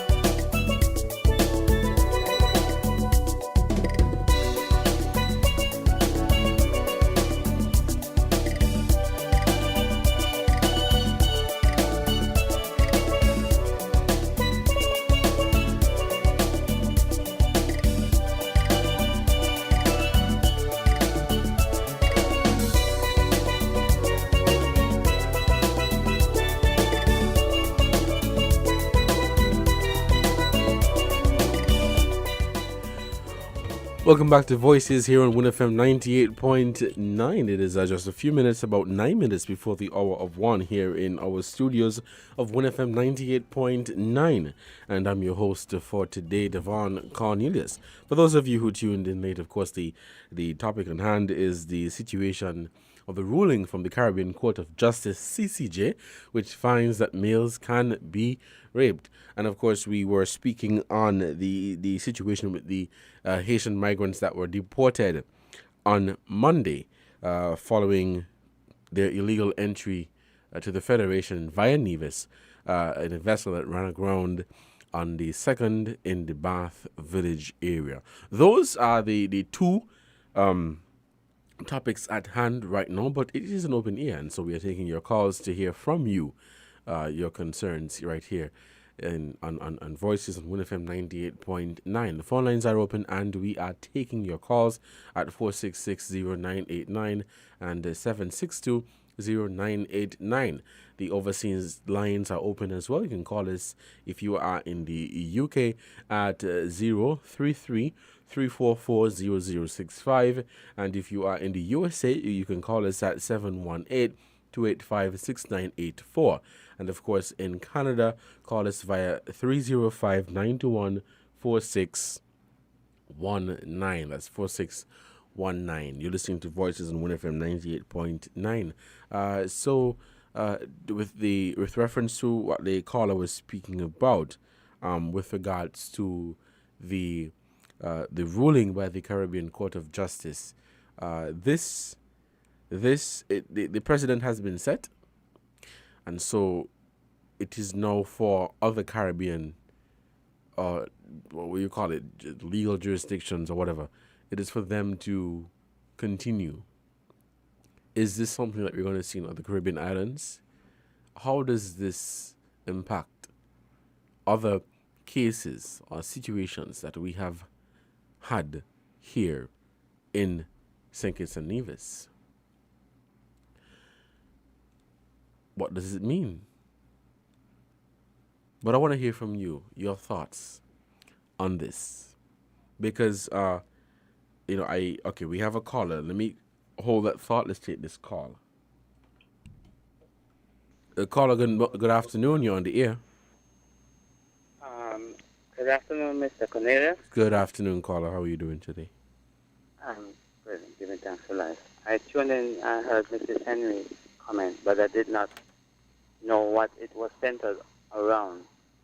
I just got the gist that there was a ruling in the CCJ, and you just mentioned that the president has been set.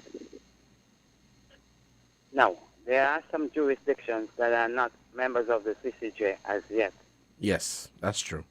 Agree? And Kitts Nevis included, right? Yes, correct. Even that the president has been set. Is that the president from the CCJ has been set that would affect St. Kitts Nevis, considering that we still go to the Privy Council? Right. I see your point there. Huh? You catch the point I'm trying to make? Absolutely. Right, because we like Mrs. Henry said, and I agree, that I don't know what is holding us back from going forward to the CCJ. I think that leading up to the 2015 election might have been something that was established in the minds of persons that probably would have thought that, yes, the CCJ is the way. But when we had to go to the Privy Council, they probably would have been given assurance that, yes, the ruling from the CCJ, it suffices enough, and, we don't need to go beyond that. But I think we have become of age, and we have to move in the way of the CCJ for more reasons than one. But you're saying that the president has been set. This is where the contentious issue is, that in Kitts and Nevis, our jurisdiction is not members of that court, that court, the CCJ, as yet. So that is the point I'm trying to bring across. Okay. What is your take on the situation with the Haitian migrants that were deported on Monday? Well, me being a regionalist and a Pan-Africanist, I wish to make the record clear that I'm not for persons entering our shores illegally. But it has not been the first nor the second, probably not the third time.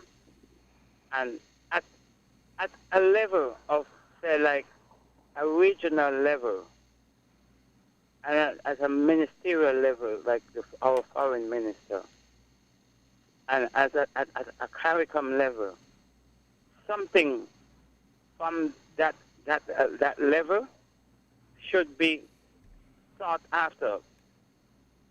Some discussions on that level should be have, so that we know the plight of Haiti. And Haiti can be self-governing if left alone. But for some reason, Haiti should always be the example in our eyes in the rest of the Caribbean that if we step out of line, this is the punishment. Because we know the history. And so, but considering, Mr. Cornelius, the island of Hispaniola is shared by two nations, Haiti and the Dominican Republic. And I always make the case with the disparity with Haitian citizens that are here and Dominican citizens that are here. Not saying that Dominican citizens should not be here, but Haitian citizens too. And it's not all Dominican citizens that are here came in a legal process. Is immigration relaxing it? Why they should not be sought after? And those who come in illegally be repatriated, just like how our sisters and brothers from Haiti are being repatriated? Someone made a comment and saying that the Coast Guard, when here that a Dominican boat might have a Dominican national, they're not keen to go out and pursue them. But once they hear they are citizens from Haiti, they're in a hurry to intercept them. And I'm not saying that none should come in illegally, but come out here illegally, and it seems like it's all fine. I want to know what is in, and I'm going to use a biblical reference, where someone asks for bread, someone asks for shelter, and we don't keen to shelter them. And it's a biblical reference because we are Caribbean people, and we know that our economy is up and up. So that's the gravitation that our Caribbean neighbors will want to come here and enjoy. When we used to be growing up, we used to hear everybody wants to go where the land is green. Canada, the UK, and the United States. Well, the green pastures for the Caribbean is St. Kitts and Nevis. And we boast and brag about how well we are doing. So the people are going to hear throughout the Caribbean, and they're going to ask that the brothers and sisters come here. We could see it happening. So that is my take. Something along the line that is not being fair towards our sisters and brothers from Haiti. I know it is a stigma, but it's time that we get over the stigma, because if it's not Vodun, it is going to be Santeria, it's going to be Lokumi, and we cannot run or hide from the spirit. We just got to know that we trust in the Most High, and we will be protected. Once you don't do nothing to anyone, no one can harm you. And we just have to bear these things in mind, that you need not to fear nobody because of a culture or a stigma. But it came down from the colonial masters, the French, who were defeated by our sisters and brothers on Haiti. And from that, they were determined to make Haiti an example forever and forever and forever, even amongst our people, and so be it. Henry Christophe, the first emperor of Haiti, it was said that he is a petition or an evasion. So we know then, and when the British ship, when citizens from Jamaica, subjects back then, because Jamaica was also still a colony, which the shores of Haiti, when the British asked that they retrieve them, the Haitians said, no, you can retrieve your ship that is in the harbor. But as for these citizens, they are free citizens. And Haiti opened up the door for all people to be freed. And as a result of that, with bearing in mind it was only Haiti and the United States of America that was independent republic Well, in the America. Yes, and caller, thank you so much for that contribution. Thanks for listening. You're welcome. We're still taking calls here on Voices. The phone lines are open, and callers be a part of the discussion. The phone lines are open at 466-0989 and 762-0989. We just had a call. Sorry, caller, we lost you. Please call us back at 466-0989. Sorry, and 762-0989. We're on the topic of the ruling from the CCJ and, of course, the situation with the Haitian migrants that were repatriated, or deported rather, on Monday. What is your take on that? I want to hear from you right here on Voices. If we have no calls, though, we'll take a break. Okay, the caller is back. Let's take this call. Caller, good afternoon. You're on the air. Yeah, good afternoon, man. How are you guys doing? Good afternoon. Doing fine, thanks.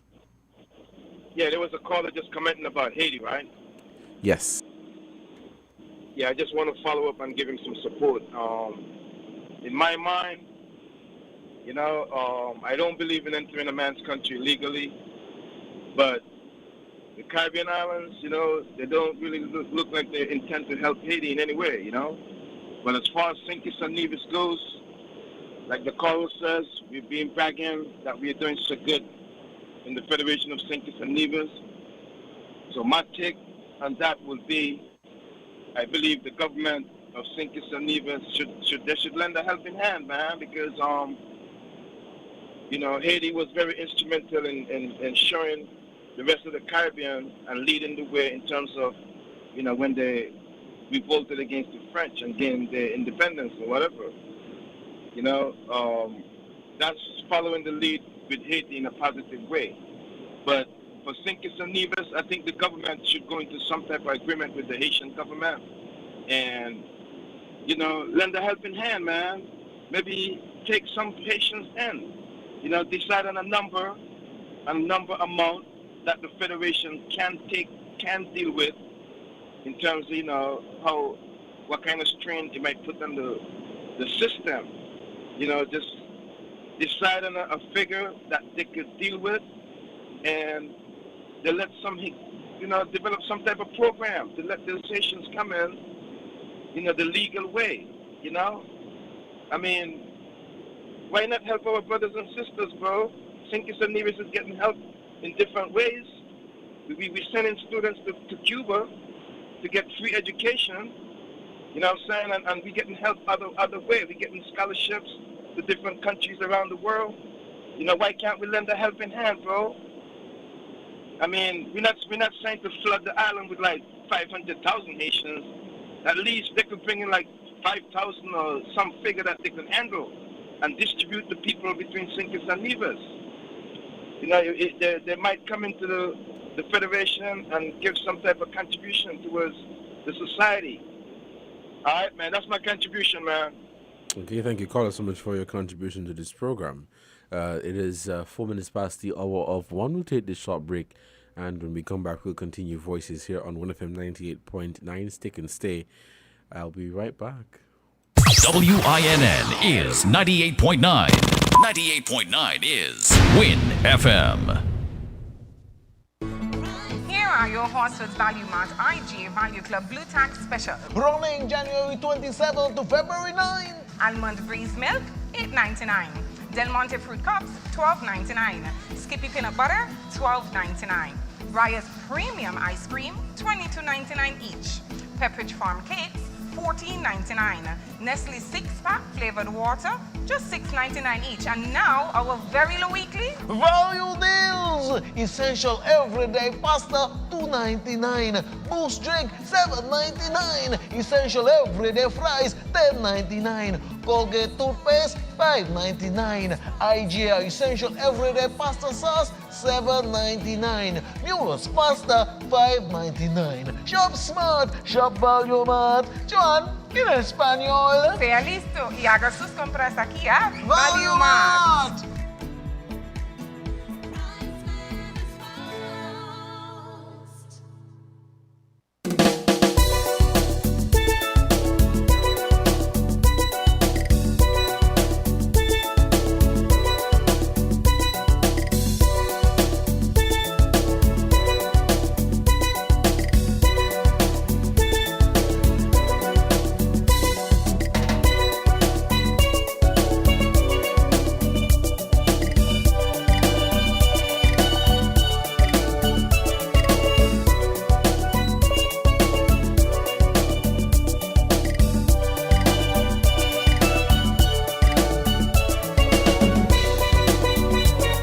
Welcome back to Voices. Let's take this caller. Caller, good afternoon. You're on the air. Good afternoon, Mr. Kalinius. Good afternoon. Good afternoon. How are you doing today? Oh, I'm here. I'm just come from the mountain and to look for the animals then. Okay. Yeah.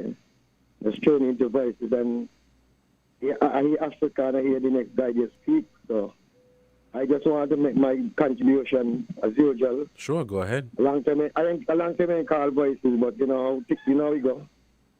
Yeah, man, you're all busy making some money. Kalinius, yeah. Now, we think it is a small island. Think it maybe it's a small island. We are, between think it and Nevis, it's square miles over. Nevis are what? 36. 36. 36? I think it's a 68 square mile. Now, we in mind people migrating from other countries and come here. But they got to come legally. And that last call there, I don't think it is fair to say what you got to say. Because let me tell you, we got Jamaican coming here, we got Guyanese, we got Santo Dominican, Dominican Republic, Dominican Republic, and we got Chinese. We got people from all parts of the world coming in here. We got Haitian here too, you know. Because I work with Haitian over at the Marriott when the Marriott was building. I work with Haitian over there. So we got Haitian here too. But we ain't got the amount of Haitian like how the Dominican them here. And now the situation in Haiti. And to jump on a boat and come by the 40-something, 30-something, and jump in any country, especially a small country like us, and spread off, and they get illegally in your country. We don't know what could take place. You see that the crime rate we had before, and then the government do what they got to do to cool down, ease down this crime. People are criticizing the program and how the government do. With the young boys, them all up and down shooting one another, doing all kind of thing to one another. And, you know, I believe that we in a country, a small country, and we can help, if we can help by maybe contributing something back to them. But I do not believe that we can take no more person here, whether we're going to bring them in illegally and just put them in the country from this. So I do not believe that the country can take that. We done already landless. The world got in so much corruption and all kind of thing now. Asian, well, they speak French. We don't got problem with the Dominican Republic people, with the Spanish. We think the name is English speaking people, and I don't think it is fair to bring in Haiti legally, Haitian here legally, and spread them out in our country. I do not think so. Back in the 90s and back in the days then, when we could not get our sugar cane cut, it's Guyana we got to go to. We went to Guyana, we bring in some sugar workers here from Guyana. I think there be some Haitian they come here too. I think some Haitian they come here too, you know. And then things. So I do not think that it is fair. So a small country like us, a small, just going developing country, just going, you know, for 50-some, how much years are independent? I don't remember this thing all. You know, to bring all these Haitians here, just spread them out here. You know, they speak French and we speak English. And, you know, I don't think we look it's fair enough to talk about bringing it in. Not because they're our black brothers and sisters. Our government could help them, help them contribute something back to the country. Well, I see nothing wrong with that. But to say bring them here? No, man, that will be a disaster. It will be a disaster for our country. Because we don't got our own here to control, and we don't got them coming in with a different cultural life, different spiritual life, different things. So I do not think this country could take anymore. All right, then. Yeah, man. And Carla, thank you so much for that. For your contribution to this program. We're still taking your calls here on Voices. It is about 12 minutes past the hour. We are winding down. We'll end at 1:30. The phone lines are open, and we are taking your calls at 4660989. So, yeah, that is some callers have shared their view on the situation with the deportation of the Haitians. A previous caller suggested or made a recommendation that we accept some of the Haitians here in St. Kitts and Nevis, and the last caller respectfully disagreed. Let's take another call. Caller, good afternoon. You're on the air. Hey, good afternoon again, Devon. How are you doing? I'm doing fine, thanks. Yes. So you're enjoying the talk? Yes, I am. Yes. Well, I have not even heard the young people point of view. But I would say, while many of us are emotional about the whole scene and the historical connection, the truth is the timing is wrong. We mean well, but the timing is wrong. We have no idea when this COVID thing going to finish. We have no idea. As soon as you think you get over the hump, another one. Some of our people have not worked, they said, for over 2 years. Yet some people are trying to be sympathetic, saying, they could have stay. Well, they have to eat and they have to live, and there are people back home. Do you have any idea what is the population of Haiti? I don't think some people know.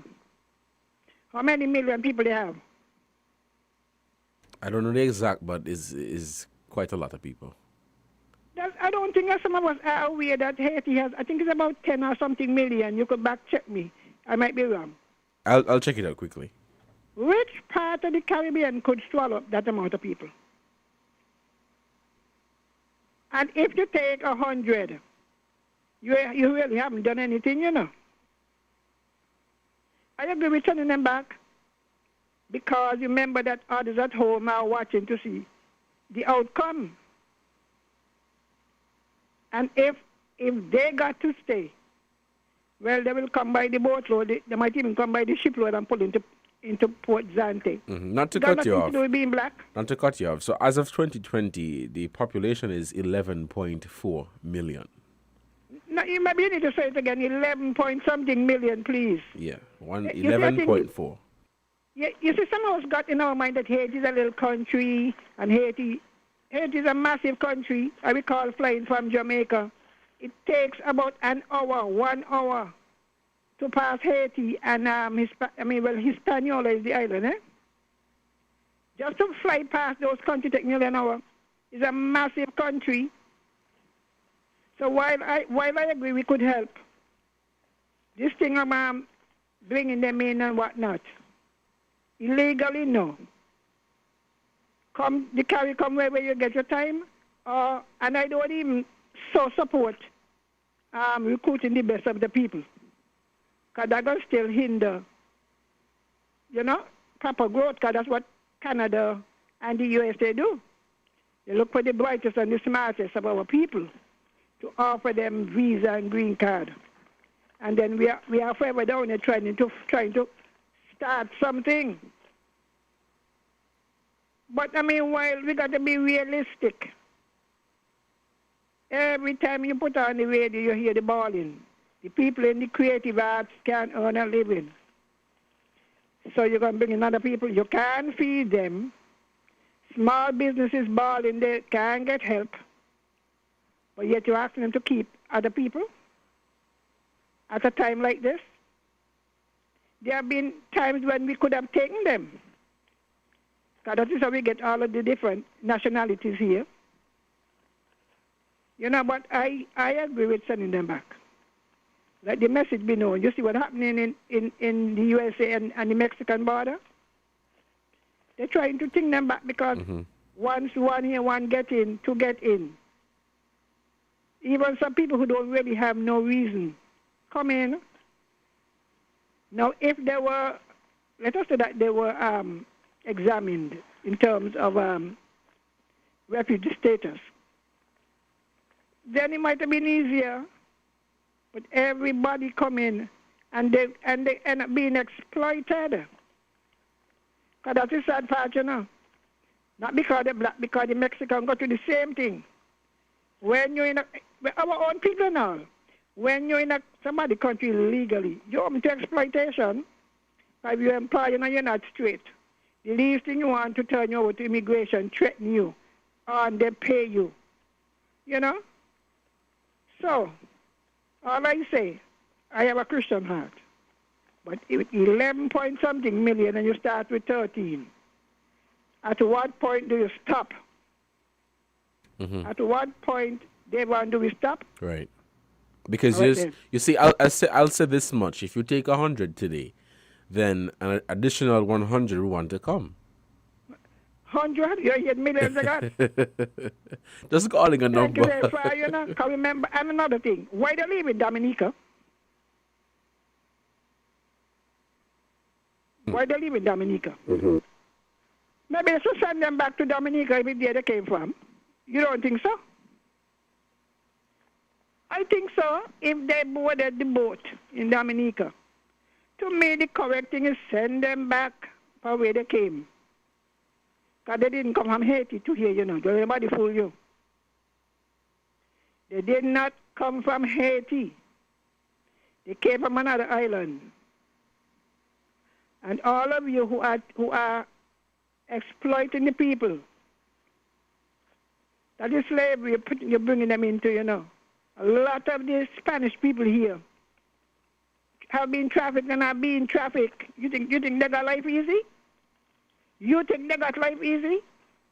People exploit them, holding their passport, prostituting them, and they're paying the men. They don't have life easy.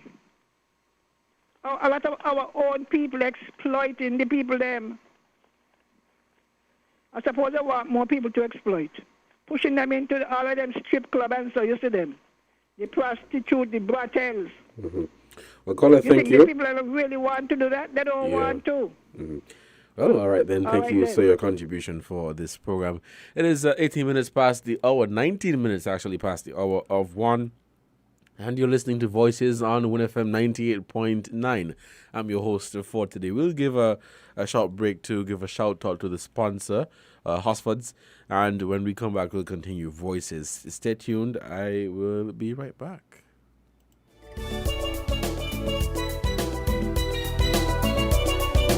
We're different.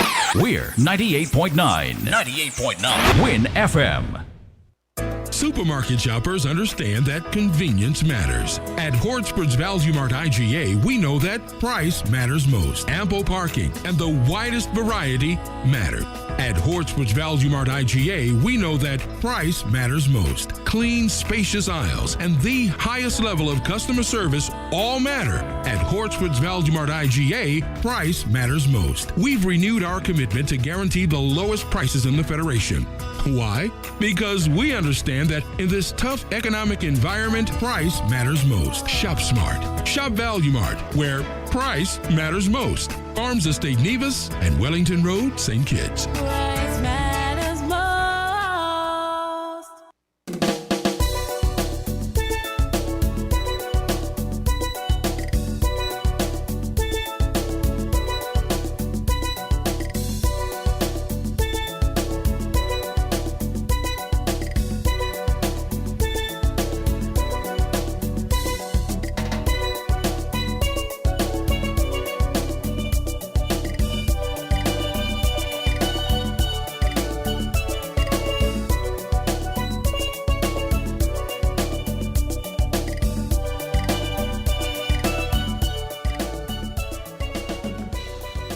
Welcome back to Voices on WINNFM 98.9. Let's head back to the phone lines. We have a caller. Caller, good afternoon. You're on the air. Good afternoon, Mr. Cornelius. Good afternoon. We can't afford it. We gotta face it. We cannot afford it. We don't have no sugarcane to cut. We living from paycheck to paycheck now, right now. This country, we can't afford more people. So we even begging women to stop getting children. We are begging women and the men stop getting children because the country can't afford it. You know what happen the next 3, 4, 5 years? the next 3-4 years, it don't happen to us. We don't even have sugarcane now. We depend on a boat to come with some people to spend some money. And people know even want to come on the boat now and don't spend the money. The boat now is selling a package. You buy a package, you jump on a boat, and you come to this island and you walk around. You walk around with your hand in your pocket, a short pan, a t-shirt. You ain't spending. Because everybody right now is cutting back on spending. So we can't, it's not that we hate the Haitian. We hate them. We love them. But we can't afford it. And we have to face the fact that we just can't afford it. Thank you. Thank you, caller, so much for your contribution for this program. So we're getting some mixed feedback. Some are for and some are against.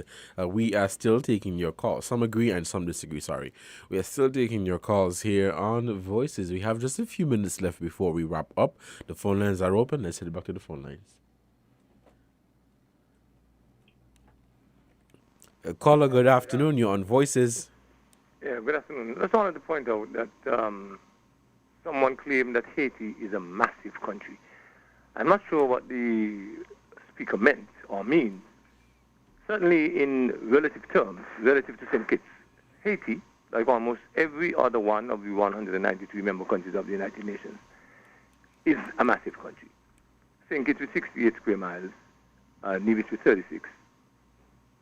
When you juxtapose them against any other country, they are massive, including Jamaica, Trinidad, and so on. But to say that Haiti is a massive country, I think gives you wrong information, because compared to the average size of the world's nations, Haiti is a small country. In fact, Cuba described itself as a small country. And Cuba is 42.4 thousand square miles in area. 42.4 thousand square miles in area. Haiti is 10.7 thousand square miles in area. So Cuba is about 4 times the size of Haiti. And yet Cuba described itself as a small island, a small country. So what is massive? I don't think it's fair to say that Haiti is a massive country. We do know that Haiti is a poor, struggling country, and I believe that we in the Caribbean, including in St. Kitts, can definitely do more to assist Haiti politically, materially, and otherwise. Thank you. Thank you, caller, so much for your contribution to this program. I think when the caller said massive, I think they were referring to the population, the size of the population, 11.4 million. I don't think they were referring to the actual country, but the population size. So when they said Haiti is a massive country, I stand to be corrected by that caller, but I think that they were referring to the actual population size, which is over 11 million people. We have just 5 minutes left before we wrap up today's edition of Voices, and we are taking your calls. Let's head back to the phone lines. Caller, good afternoon. You're on the air. Please, oh my, turn on your radio. Sorry. If one was to do a comparative analysis in terms of size of a country and the population, we know Haiti, I don't know, you tell me. I made the case that the disparity within Haiti and her neighbor that shares the same landmass, and it's not always correct to say that because the other landmass is bigger, that their population is bigger. But I would like to get to know what is the population of the other part of Hispaniola. Right. If one was to do a comparative analysis and to determine how could we help. We are talking about helping, assisting the struggling persons on Haiti, likewise we assist others. That's all we are saying. Giving a helping hand to a brother or a sister. I am not saying open up the floodgates and allow everybody to come in, 11 million. But I am saying, we as a country, we accept others, and even that comparative analysis with the same landmass, we can see the disparity in terms of their population. Do something at a governmental level so that you can have a conversation from a governmental level with those that are there and allow. Someone put a figure out about 5,000. That 5,000 is a little bit too much for me. But I am not talking about figures. At least if you help one Haitian person, you would help a lot. Okay? We know we have Christian people. Jesus left the 99 and went and looked for the one sheep. And it wasn't about an animal. It was about human beings. It was about compassion for those who are neglected, those who are out in the cold and need some help. So that's the point I was just trying to make. I would like for you to do some homework. Let me know the figure, the population of the Dominican Republic. Thanks for listening. And thank you, caller, so much for your contribution here on Voices. We are basically out of time, so let me say thank you guys so much for your contribution to today's edition of Voices. We spoke today on, for those of you who tuned in late, we spoke on the deportation of the Haitian migrants, and also the situation with the case from the Caribbean Court of Justice, where it found that men can rape men. This is the end of Voices, and we say thank you guys so much for your contribution to this program. And until next time, continue to stay safe. Caller, with regards to your question, the population size of the Dominican Republic is 10 million, just a little over 10 million. So 10 million for the Dominican Republic and more than 11 million for Haiti. Until next time, you guys stay safe. Remember to wear your mask, wash your hands, and please wear your seatbelt. Don't drink and drive. And please take your time on the road. Have a wonderful Wednesday, and I'll see you guys very soon. Caribbean tourism is dead in the water and wholly dependent on what's next in the United States, Europe, and Canada. Global cases have now passed. Found the sound. 98.9.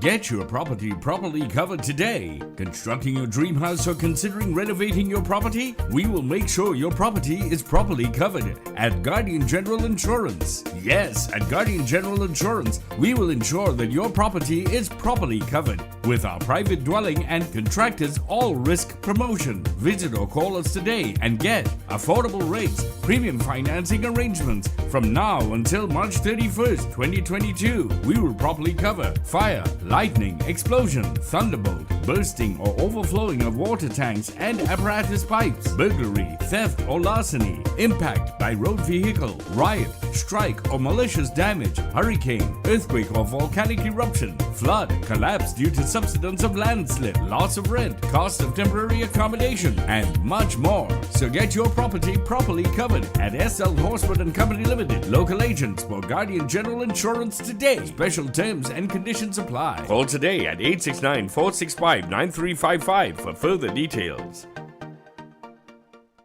WINN is 98.9. 98.9 is Win FM.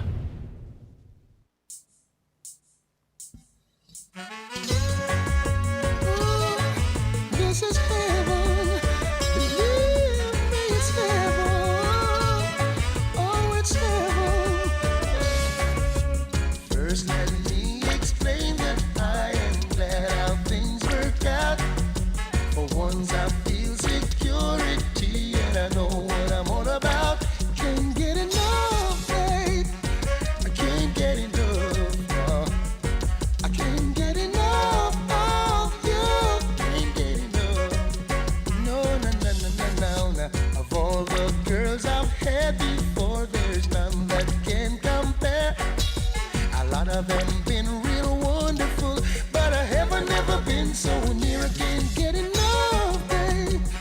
I can't get enough. No. I can't get enough of you. Can't get enough. No. Oh, if I wanna describe you, the only book I could turn to is the Songs of Solomon. 'Cause in its pages is where you belong. You're the sweet rose of Sharon.